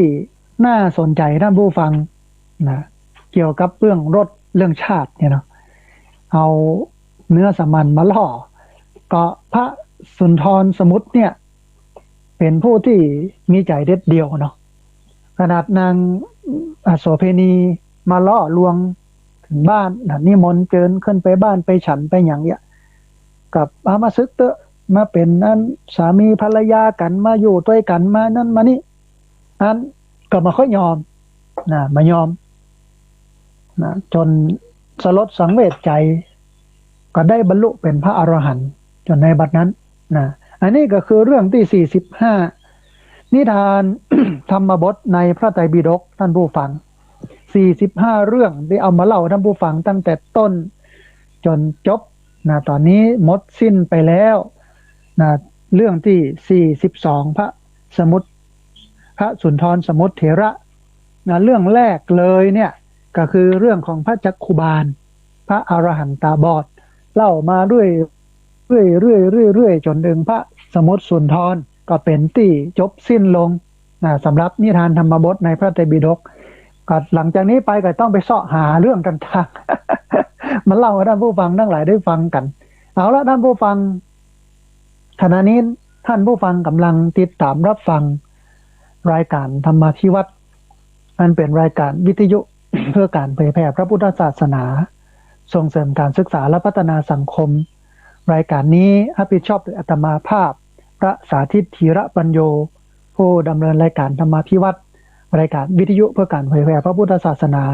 ส่งเสริมการศึกษาและพัฒนาสังคมอยู่ที่บ้านศพเตินตำบลศพปาดอำเภอแม่เมาะจังหวัดลำปาง รายการนี้ออกอากาศทุกวันอังคารนะท่านผู้ฟังเนอะช่วงเวลาตีสี่เกิงไปจนถึง7 โมงไม่เจ้าตั้งสถานีวิทยุในเครือข่ายสถานีวิทยุคลื่นสีขาวเพื่อชาวประชาหลายคลื่นหลายสถานีแล้วก็ออกอากาศผ่านทาง Facebook ไลฟ์ของทั้งวัดไฟหินและสถานีวิทยุวัดไฟหินตัวท่านผู้ฟังตอนนี้ เปิดโอกาสให้ท่านผู้ฟังที่ฟังอยู่ทางบ้านได้โทรเข้ามาร่วมอุร่วมเอ่ยกันได้โทรเข้ามาร่วมแสดงกำกึดความเห็นกันได้แล้วเรียนเชิญเจริญพรนะท่านผู้ฟังเนอะเวลามีน้อยนะวันนี้นะเหลืออยู่ประมาณสัก40 นาทีที่เบอร์0641254122เบอร์0641254122เรียนเชิญเจริญพรได้โทรเข้ามาร่วมเอ่ยกันได้โทรเข้ามาร่วมแสดงกำกึดความเห็นกันพอดีมีสายเข้ามาสายหนึ่งนะเปิ้นจะว่าจะได้พ้องเจริญพรไม่ใช่ครับโทรจากบ้านแม่จงตำบลศรีวิชัยครับโอ้สาธุโยมป้อชื่ออันยังป้อสุทนครับป้อสุทนป้อสุทนอยู่เมืองลีเนาะอันสัญญาณเป็นได้พ้องโยมป้อโอ้ชัดเจนดีครับชัดฟังกิจกรรมทุกวันกันครับโอ้สาธุอนุโมทนาบุญเนื้อหาสาระวันนี้เป็นได้พ้องโอ้มีสาระขนาดเท่าดีขนาดนะครับคำแม่เนี่ยม่วนดีเนาะป้อเนาะกันเดี๋ยวไปเริ่มติดตามรับฟังกันนั่นเนอะป้อเนอะ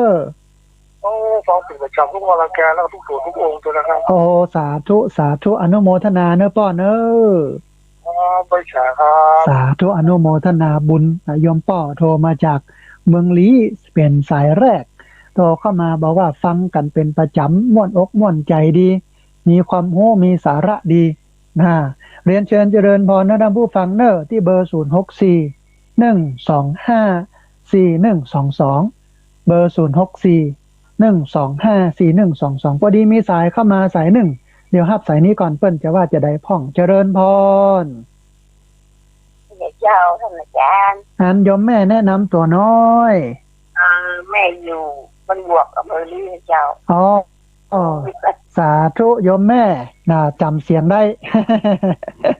อันสัญญาณชัดเจนดีก่อโยมแม่วันนี้ใช่ชัดเจนดีเจ้าเป็นได้พ่องฟังธรรมะวันนี้แล้วฟังหลายอย่างหลายแล้ว12เรื่องนะโยมแม่วันนี้นะเนาะฟังกันจุใจกันเลยทีเดียวเนาะแม่เนาะเข้าใจดีเจ้าโอ้อนุโมทนาบุญกับแม่เนอะสาธุอนุโมทนาสาธุนะวันนี้เมืองลี้มาแห่งนะ2 สายเชียงใหม่ละปูน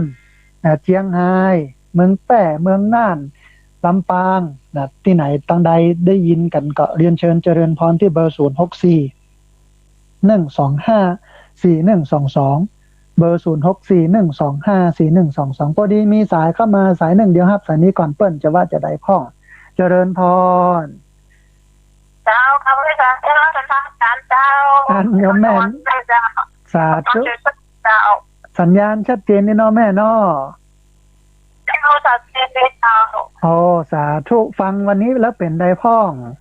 โอ้ได้ฟังผู้ใจกันรอบเจ้า12เรื่องจำได้ออกฟังกันเลย12เรื่องเลยนะโยมแม่เนาะเจ้า2เรื่องมันจะฟังเข้าใจง่ายดีจะฟังโอ้อนุโมทนาบุญด้วยแม่เนอะสาธุ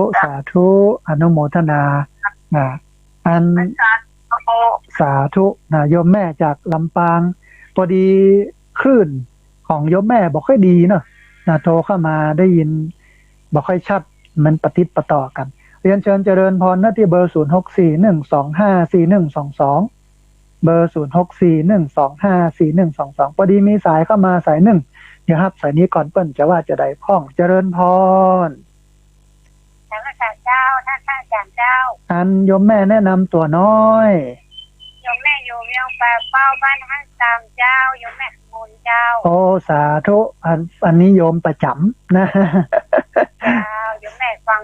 ตลอดเน้อเจ้าสัญญาณเป็นได้พ่องโยมแม่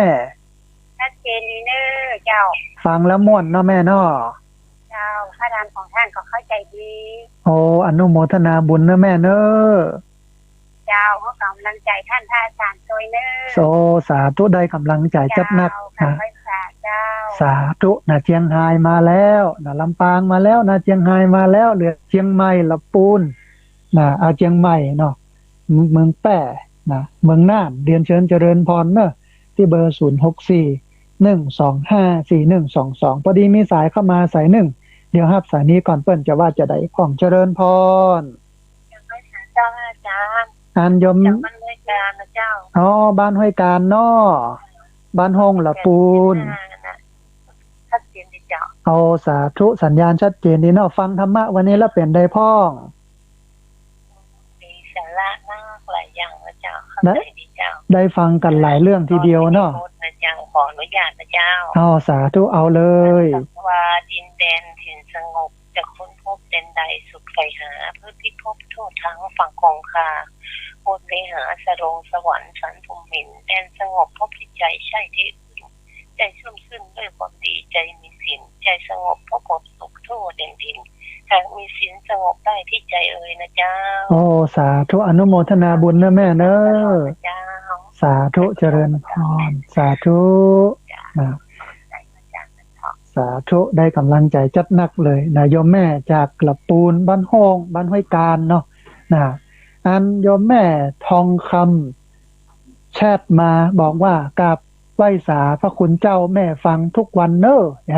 แม่ทองคำนี่นะฮะพอดีมีสายเข้ามาสายหนึ่งเดียวครับสายนี้ก่อนเปิ้นจะว่าจะได้พ่องเจริญพร เจ้ามาสาเจ้าเจ้า อ๋อสาธุโยมแม่จากอันแม่ออนเนาะ ไม่วาง อ๋อแม่วางสาธุอันวันนี้เป็นไดพ่อง โอ้มาถึงมีอันน่ะพูดเรื่องคุยอย่างนั้นเจ้า มีคติสอนใจดีเนาะ บัดเคยได้ยินก็ได้ยินท่านเล่าทีเนี้ยเนาะเจ้า เอาได้ยินได้ฟังเรื่องใหม่ๆเข้ามาแหมนักเลยเนาะแม่เนาะ เจ้า นะ สาธุ สาธุเนอะแม่เนอะอนุโมทนาสาธุโยมแม่จากแม่วางอันไปว่าเปิ้นเป็นแม่อ่อน อยู่อำเภอแม่วางจังหวัดเชียงใหม่นะก็ฟังเป็นประจำนะโทรมาประจำเลยทีเดียวกำลังใจกันอายังกันนักหนาจารีกันพอสมควรพอดีมีสายเข้ามาสายหนึ่ง เดียวครับสายนี้ก่อนเปิ้นจะว่าจะได้พ่องอ๋อขออภัยสายลุดไปโทรเข้ามาใหม่เนอะคุณโยมเนอะที่เบอร์0641254122เบอร์0641254122พอดีมีสายเข้ามาสายหนึ่งเดี๋ยวครับสายนี้ก่อนเนาะเปิ้นจะว่าจะได้พ่องเจริญพ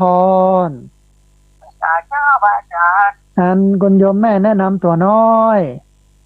ก็เราตัดสินผมก็เดินมาประจานเจ้า โอ้สาธุสัญญาณเป็นไดพ่องโยมแม่ ชัดเจนดีเจ้า ชัดเจนนี่เนาะฟังธรรมะวันนี้แล้วเป็นไดพ่อง นะครับผู้สมัครเจ้าเนาะฟังคงมั่นใจนะเนาะ โอ้สบายใจดีเนาะแม่เนาะ เจ้า ฟังจุใจกันเลย12เรื่องเลยนะวันนี้นะ ติดตามกันต่อไปเนอะแม่เนอะ เจ้า สาธุ เราจะผ่านการ โอ้อนุโมทนาบุญสาธุสาธุเจริญพรเบอร์0641254122เบอร์0641254122เรียนเชิญเจริญพรเนอะโทรเข้ามาร่วมร่วมเอ่ยกันโทรเข้ามาร่วมแสดงคำคิดคอมเมนต์กันพอดีมีสายเข้ามาแถมสายหนึ่งเดี๋ยวรับสายนี้ก่อนเปิ้นจะว่าจะได้พ่องเจริญพร ไปจ้าพระอาจารย์เจ้าที่ตามเนี่ยเนอะ อ๋อสาธุโยมแม่วันนี้สัญญาณเป็นได้พ่อง ชัดเจนดีเจ้า ฟังธรรมะ ธรรมะก็เข้าใจดีฟังแล้วก็ชื่นอกชื่นใจเจ้า โอ้อนุโมทนาบุญกับแม่เนอะ เจ้าแม่กำลังใจนะเจ้า สาธุได้กำลังใจจัดหนักเลยโยมแม่อนุโมทนา เจ้าไปเจ้า สาธุอนุโมทนาบุญโยมแม่ฟังประจำโทรมาประจำเนาะเรียนเชิญเจริญพรเนอะท่านผู้ฟังเนอะที่เบอร์0641254122เบอร์0641254122พอดีมีสายเข้ามาสายหนึ่งเดี๋ยวรับสายนี้ก่อนเปิ้นจะว่าจะได้พ่องอ๋อสายลุดไปขออภัยท่านผู้ฟังเดี๋ยวรับสายนี้แถมกำหนึ่งนะเจริญพร ไว้ส สาเจ้าโอ้สบายอกสบายใจเข้าอกเข้าใจดีทุลุงเอ้ย ม่วนใจดีเนาะแม่เนาะ เอา สัญญาณเป็นได้พ้องชัดเจนดีก่อ เจ้าชัดเจนดีเจ้าอีเมฆบัวจันทร์บ้านหลวงตำบลดาวขัวอำเภอเมทะจังหวัดลำปางเจ้า โอ้พี่น้องลำปางนี่นี่เดียว ติดตามรับฟังกันเนอะแม่เนอะ เจ้าขอเงินตู้ลุงรักษาเนี่ยรักษาตัวดีๆเนอะคือแข็งแรงเร็วๆเด้อ สาธุอนุโมทนา สาธุ เจ้า อนุโมทนาบุญกับ ไว้สาเจ้า อนุโมทนาเนอะนะ เจ้า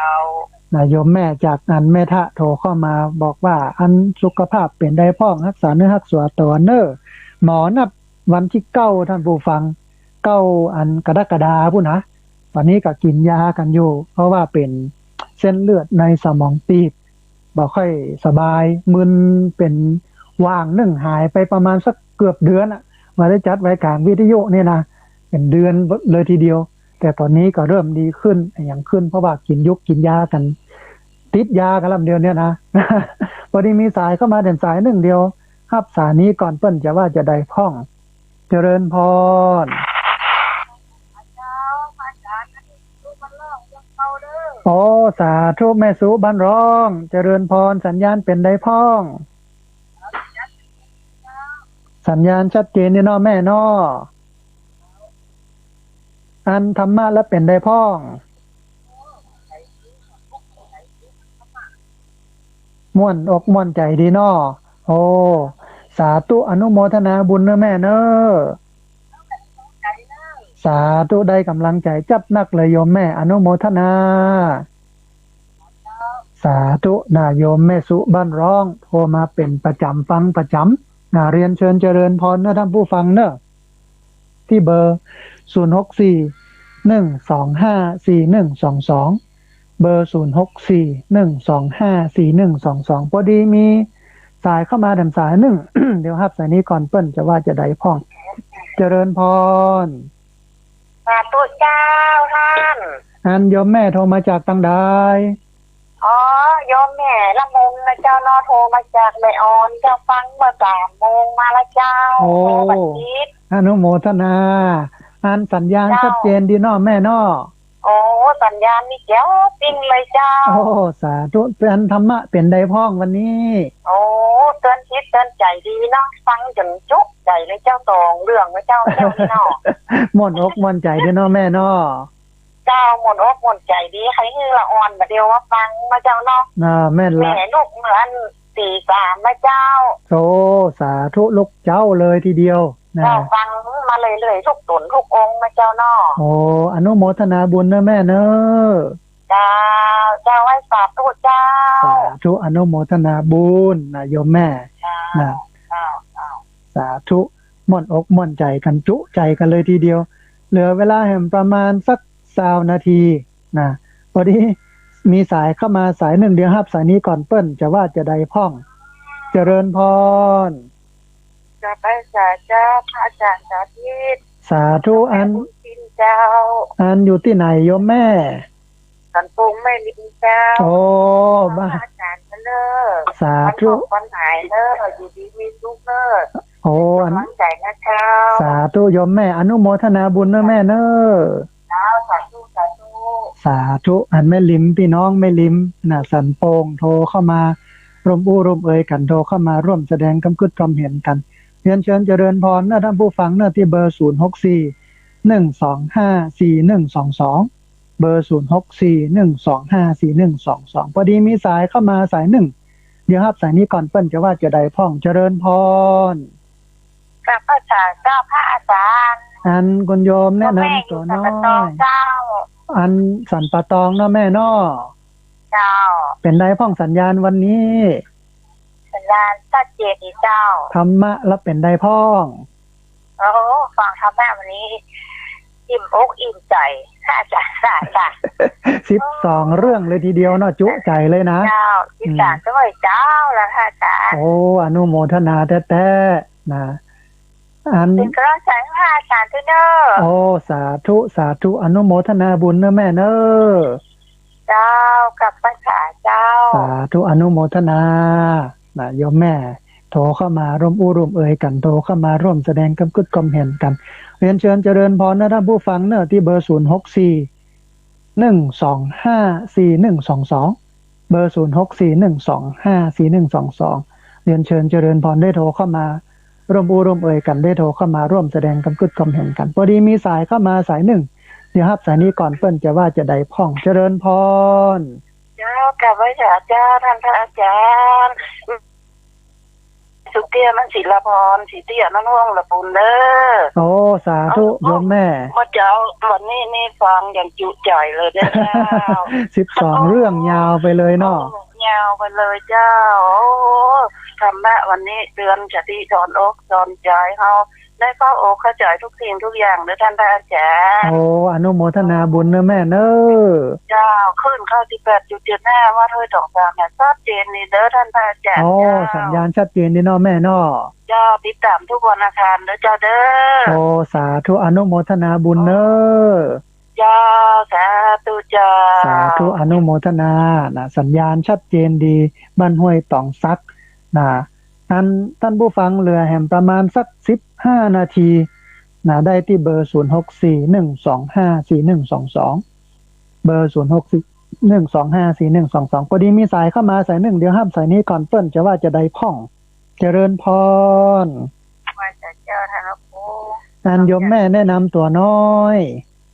น้อยไว้เห็นหรือเจ้าโอ้สาธุเป็นได้พ่องโยมแม่สัญญาณวันนี้วันนี้ชัดเจนดีเจ้าชัดเจนดีเนาะเปิ้นโทรเข้ามากับนักโยมแม่ต้องขออภัยตัวเนอะนะอันฟังวันละโตบ่ค่อยตอนโอ้สาธุธรรมะวันนี้เป็นได้พ่องสบายใจดีเนาะอันคำสั่งสอนของอันครูอาจารย์เนาะม่วนอกม่วนใจเนาะแม่เนาะสบายใจดีเจ้าโอ้สาธุอนุโมทนาบุญเนอะแม่เนอะสาธุอนุโมทนานะเจริญพรโยมแม่โทรเข้ามาร่วมบูร่วมเอ่ยกันโทรเข้ามาร่วมแสดงความคิดความเห็นกันเรียนเชิญเจริญพรเนอะพอดีมีสายเข้ามาแถมสายหนึ่งเดี๋ยวฮับสายนี้ก่อนเปิ้นจะว่าจะได้พ่องเจริญพรเจริญพรอันคุณโยมลีวิทยุน้อยหนึ่งน้อเอานมัสการพระอาจารย์สาธุโยมป้ออันแนะนำตัวน้อยผู้ป่ามณีวันบ้านลีหมู่6ตำบลลีอำเภอลีจังหวัดลำพูนโอ้สาธุอนุโมทนาบุญโยมป้อสัญญาณเป็นได้พ่องอันป่ามณีวันบ้านลีเจริญพรสัญญาณเป็นได้พ่องโยมป้อโยมป้อฟังทางอันโทรศัพท์เอาเนอะโอ้สัญญาณชัดเจนดีอ๋อชัดเจนดีเนาะอันธรรมะเป็นได้พ่องโยมป้อวันนี้ตื่นขึ้นมาติดตามฟังหาอาจารย์แล้วติดตามรับฟังประจำเนาะป้อเนาะประเด็นนี้ก็อายุ90แล้วโอ้สาธุอายุยืนเพราะว่าจะลาแก้ข้าวลูกมันมาขวนฉุกควรกำดีไว้กินวันหน้าต้องจ่อยฮักจ่ากินแปดกินหน้าแล้วส่งจะลาแก้ข้าวทำบุญกินกันจะบ้านเป็นเย้าไปเปลี่ยนหัวเข้าลำตังพระเจ้าบรรละธรรมะประจังวันกินวันจานไปวันละน้อยไปวันละน้อยครับโอ้สาธุอนุโมทนาบุญเนอะป้อเนอะสาธุอนุโมทนาบุญแต่ได้กำกรตัวได้กำข้าวตัวน่ะเป็นดีม่วนอกม่วนใจเมืองลี้เนาะเรียนเชิญเจริญพรเนอะท่านผู้ฟังเนอะที่เบอร์064 125 4122เบอร์064 125 4122พอดีมีสายเข้ามาสายหนึ่งเดี๋ยวครับสายนี้ก่อนเปิ้นจะว่าจะได้พ่องเจริญพรไปสาเจ้าแม่ของสุดอนพี่โฮมครั้งนี้เด้อโอ้สาธุพี่น้องลำปางสัญญาณเป็นได้พ่องโยมแม่วันนี้ชัดเจนดีเจ้าชัดเจนดีเนาะธรรมะเป็นได้พ่องสมอนอกหม่อนใจไม่คิดไปไม่บ่เอาไม้ดิบมาเนี่ยหลัวเนาะมันก็อันเป็นเรื่องราวสอนใจจับดีนะโยมแม่เนาะนะมาสอนใจอนุโมทนาบุญอ่อนฟังเนี่ยเนาะไม่ว่าอันอ่อนก็ไม่อยู่ฟังเนาะมันตื่นฝ่ายได้กะตอนนี้นะเขาสอนทำงานช่วยแม่นละแม่นแต่ว่าเดี๋ยวไปแนะนำทางไปฟังทาง YouTube เอากะมีถึงในทาง YouTube ปุโลนะ เจ้า อนุโมทนาบุญเนอะแม่เนอะให้กำลังใจเนอะ โอ้ นั้นเจ้า สาธุได้กำลังใจจัดหนัก ประมาทเนอะ สาธุอนุโมทนานะโยมแม่จากเจห่มลำปางโทรเข้ามาร่วมอู้ร่วมเอ่ยกันโทรเข้ามาร่วมแสดงความคิดความเห็นกันนั่นท่านผู้ฟังที่เบอร์0641254122เนอะพอดีมีสายเข้ามาสายหนึ่งเดี๋ยวครับสายนี้ก่อนเปิ้นจะว่าจะได้พ่องเจริญพรสาธุโยมแม่ สาธุโยมแม่อันแนะนำตัวน้อย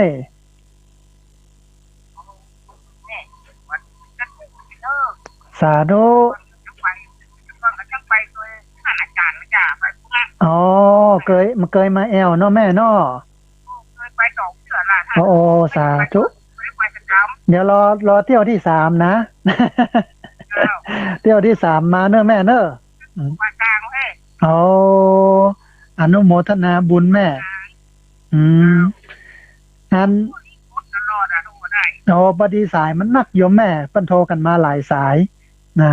ตอนนี้ติดแล้วดีใจละ สาธุอนุโมทนาสาธุอันเอ่ยเรื่องนี้กันสักหน่อยท่านผู้ฟังตอนนี้กุฏิเรือนพักสามเณรที่ท่านผู้ฟังได้มาร่วมหอมกันสร้างนี่นะอันตอนนี้เหลืออย่างเดียวก็คือเรื่องของการตาสีเนอะเรื่องตาสีก็ระดมทุนกันอันใจอยู่ประมาณสัก90,000ตอนนี้ได้อยู่ประมาณสัก10,000กว่าบาทละนะเหลือแหมประมาณสัก80,000เรียนเชิญเจริญพรนะท่านผู้ฟังหลังจากนี้โทรเข้ามาได้อินบ็อกเข้ามาทาง Facebook ได้จะร่วมทำบุญสุนทานกันนะได้ร่วมทำบุญกันก็อันโอนปัจจัยเอาท่านผู้ฟังบ่าได้มาได้พบกันอย่างกันก็ทำกันมาก่อนนะได้ร่วมบุญกันเดี๋ยวจะได้เฉลิมฉลองกันนะกุฏิเรือนพักสามเณรนี่นะอันนี้ก็บอกบุญท่านผู้ฟังเนาะพอดีมีสายเข้ามาให้นำสายหนึ่งเดี๋ยวครับสายนี้ก่อนเปิ้นจะว่าจะได้พ่องเจริญพรเจ้าค่ะพระอาจารย์สาธุอันโยมแม่โทรมาจากทางใดขอเก้าเจ้ามันจะแง่เจ้าโอ้สาธุสัญญาณชัดเจนดีเนาะเรียนดีเจ้าฟังเข้าใจดีเจ้าโอ้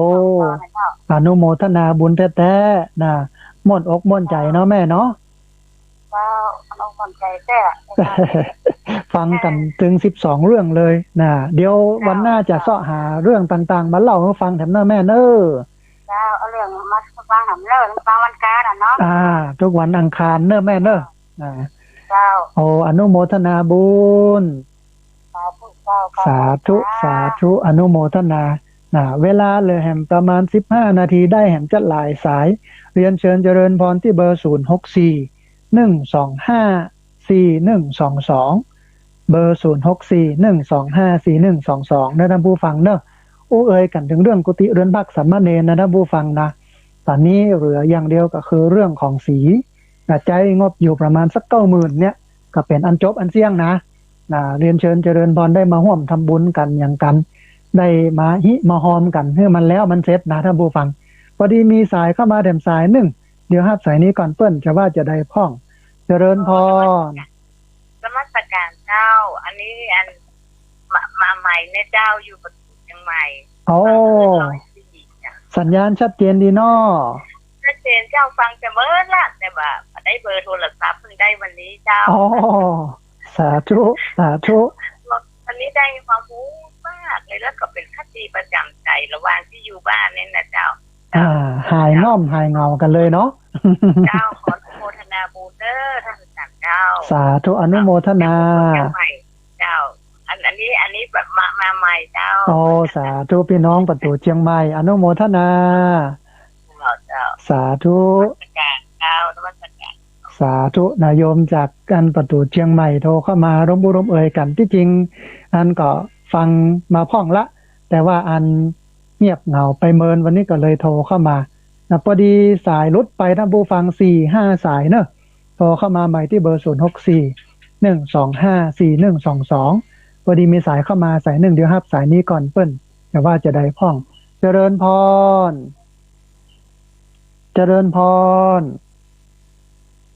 เอาอย่างดับไปนะเจริญพรฮัลโหล เจริญพรพอดีสายเงียบไปเนาะก็คงขอตัดสายนี้ออกกำก่อน ต้องขออภัยกับท่านผู้ฟังเนอะ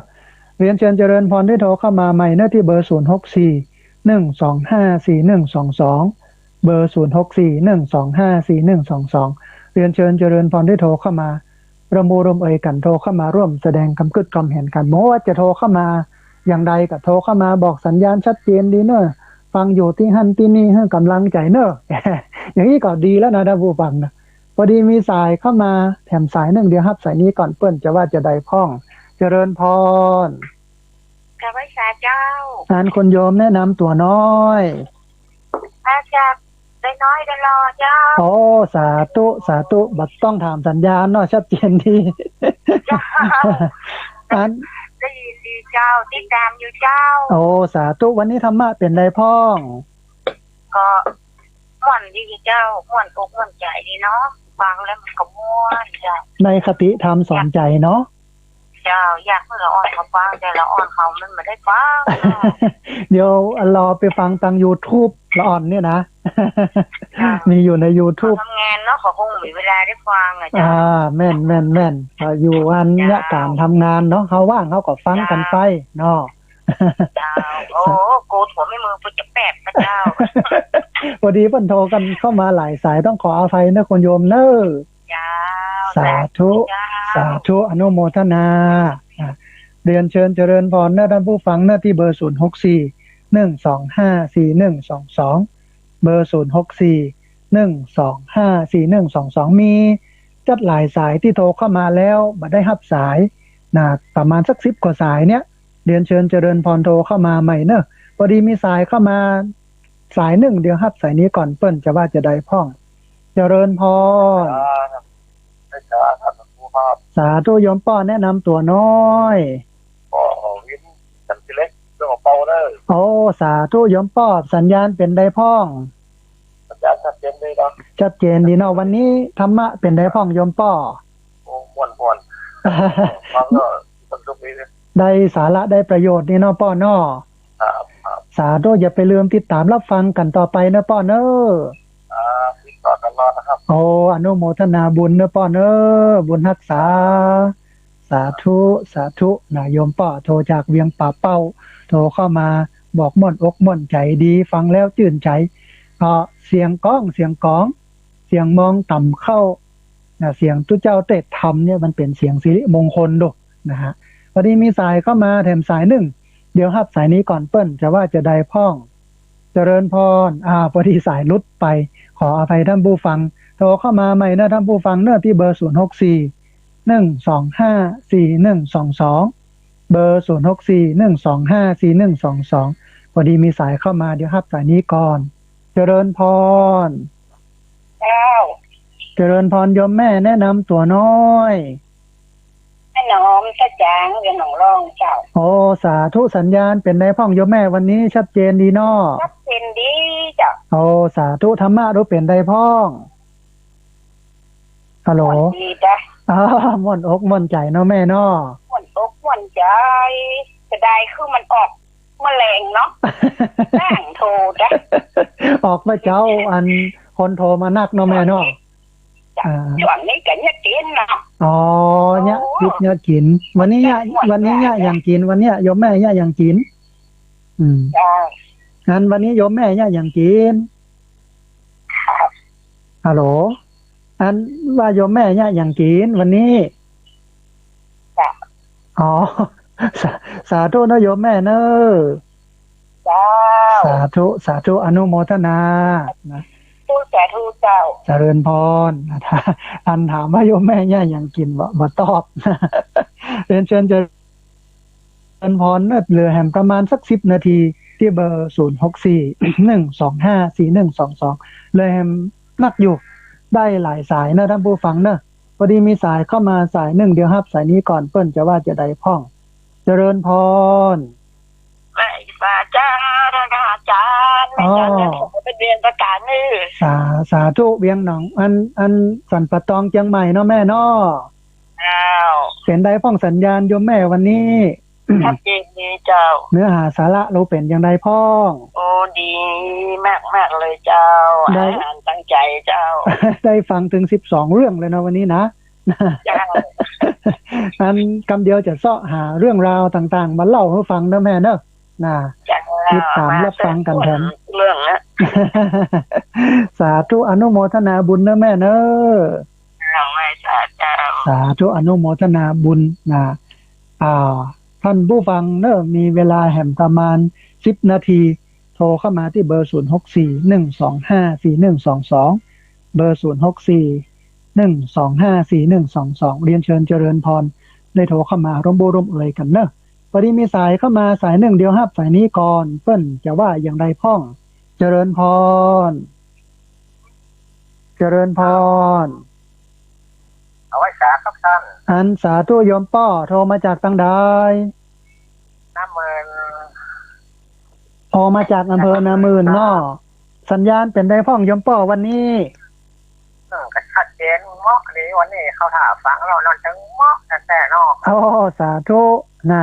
ธรรมะมันเป็นยาใจเนาะป้อเนาะเราเรียกนะฟังมันจะนี่กว่าเขาอ่านนะอ่านมันเหล่ามดมันอ่านมดเนี่ยเ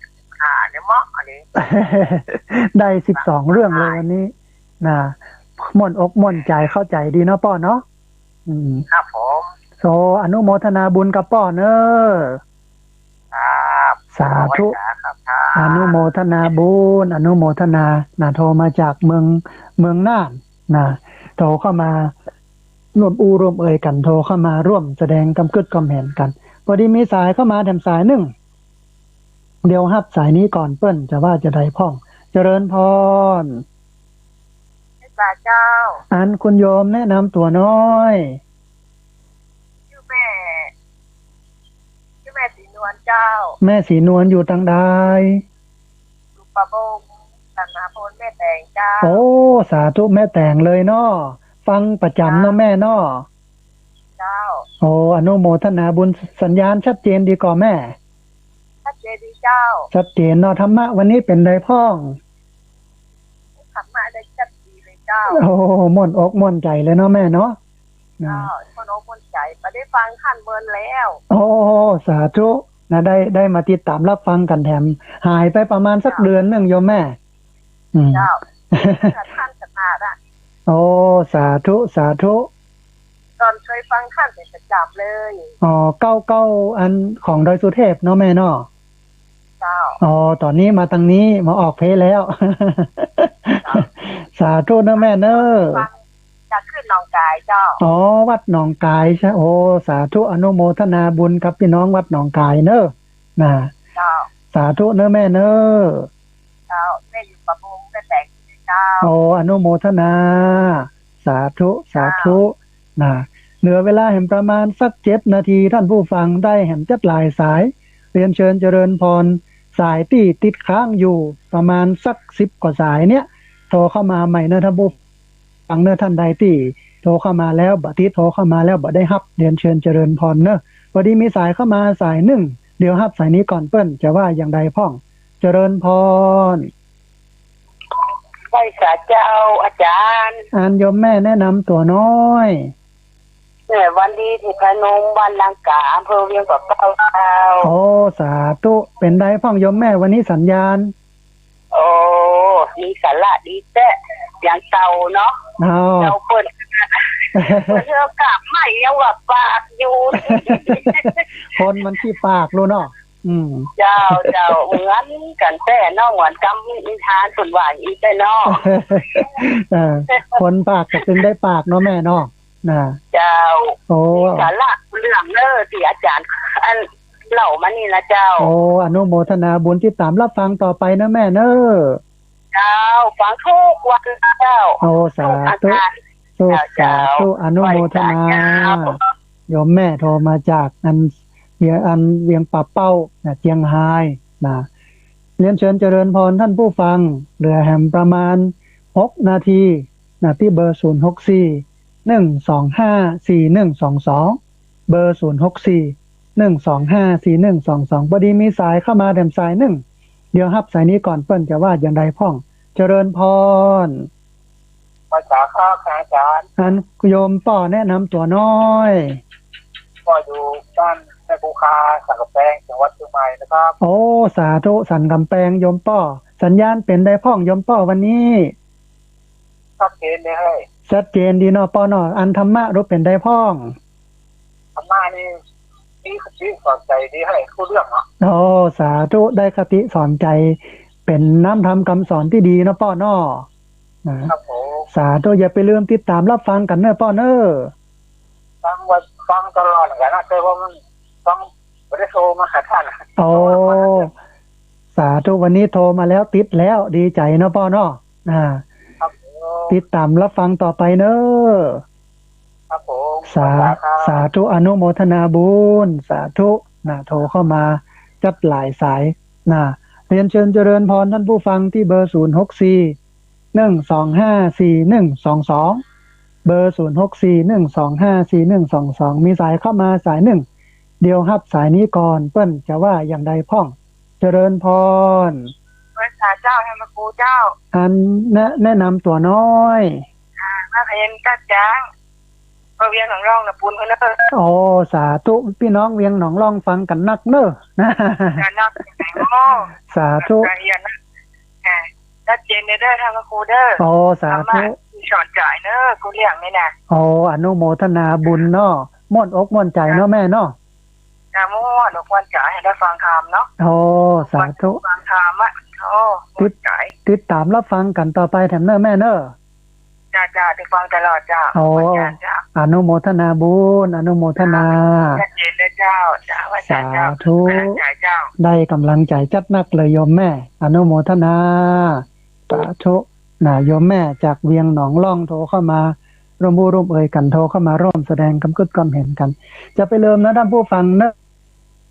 ตาสีอันกุฏิเรือนพักสามเณรนะร่วมบุญกันเนอะโทรเข้ามาได้ที่เบอร์นี้หลังจากจบรายการแล้วเดี๋ยวจะฮับอย่างกันไป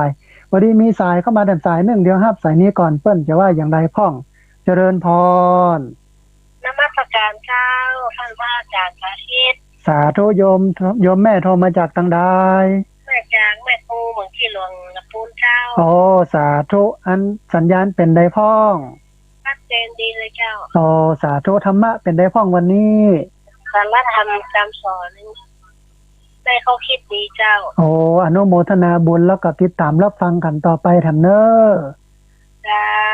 สาธุสาธุ เจ้า โอ้อนุโมทนาโทรมาจากเหมืองจี้หลวงละปูนสัญญาณชัดเจนดีได้แหมประมาณสักสายหนึ่งท่านผู้ฟังเรียนเชิญเจริญพรที่เบอร์064 1254122เบอร์064 1254122เรียนเชิญเจริญพรได้โทรเข้ามาร่วมบุร่วมเอ่ยกันขอสายนี้เป็นสายสุดท้ายเจริญพรว่าอย่างไรพระครู สาธุอันยมป้อแนะนำตัวน้อยปวดจันแดงห้วยฉลาลีอ๋อสาธุสัญญา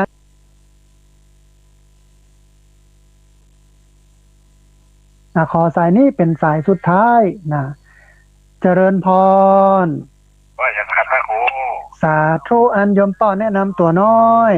ปวดจันแดงห้วยฉลาลีอ๋อสาธุสัญญาณชัดเจนในนอป้อนอชัดเจนดีครับผมรับฟังรายการธรรมาภิวัตรท่านเป็นรายการวิทยุเพื่อการเผยแผ่พระพุทธศาสนาส่งเสริมการศึกษาและพัฒนาสังคมรายการนี้รับผิดชอบโดยอาตมาภาพพระสาธิตธีระปัญโยออกอากาศทุกวันอังคารช่วงเวลา 4:00 นจนถึง 7:00 นเช้าอันหลายคลื่นหลายสถานีโดยเฉพาะสถานีวิทยุคลื่นสีขาวเพื่อชาวประชาออกอากาศผ่านทาง Facebook Live ของทางวัดไฟหินแล้วก็สถานีวิทยุวัดไฟหินตัววันนี้ต้องเอารายการนี้จากลาท่านผู้ฟังทั้งหลายไปก่อนกราบขอบพระคุณพระเถรานุเถระครูบาอาจารย์ที่เคารพอย่างสูงทุกรูปที่ดูแลการออกอากาศการส่งกระจายเสียงอนุโมทนาบุญกับเจ้าของคลื่นเจ้าของสถานีที่รับสัญญาณเอาไปออกอากาศเอาไปส่งกระจายเสียงให้ท่านผู้ฟังทั้งหลายได้ติดตามรับฟังกันต่อไปต้องอนุโมทนาบุญกับญาติโยมทุกคนทุกท่านที่ติดตามรับฟังแล้วก็ญาติโยมทุกคนทุกท่านที่โทรเข้ามาต้องขออภัยครับญาติโยมที่โทรเข้ามาแล้วบ่ได้รับสาย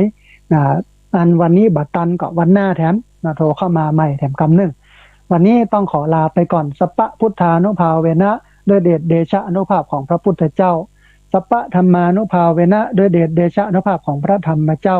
สัปปะสังฆานุภาเวนะด้วยเดชเดชะอนุภาพของพระสังฆเจ้าศรัทธาสุธีพระวันตุเตขอความสุขความเจริญในธรรมจงบังเกิดมีแด่บรรดาศรัทธาสาธุชนทุกคนทุกท่านตลอดกาลเป็นนิจ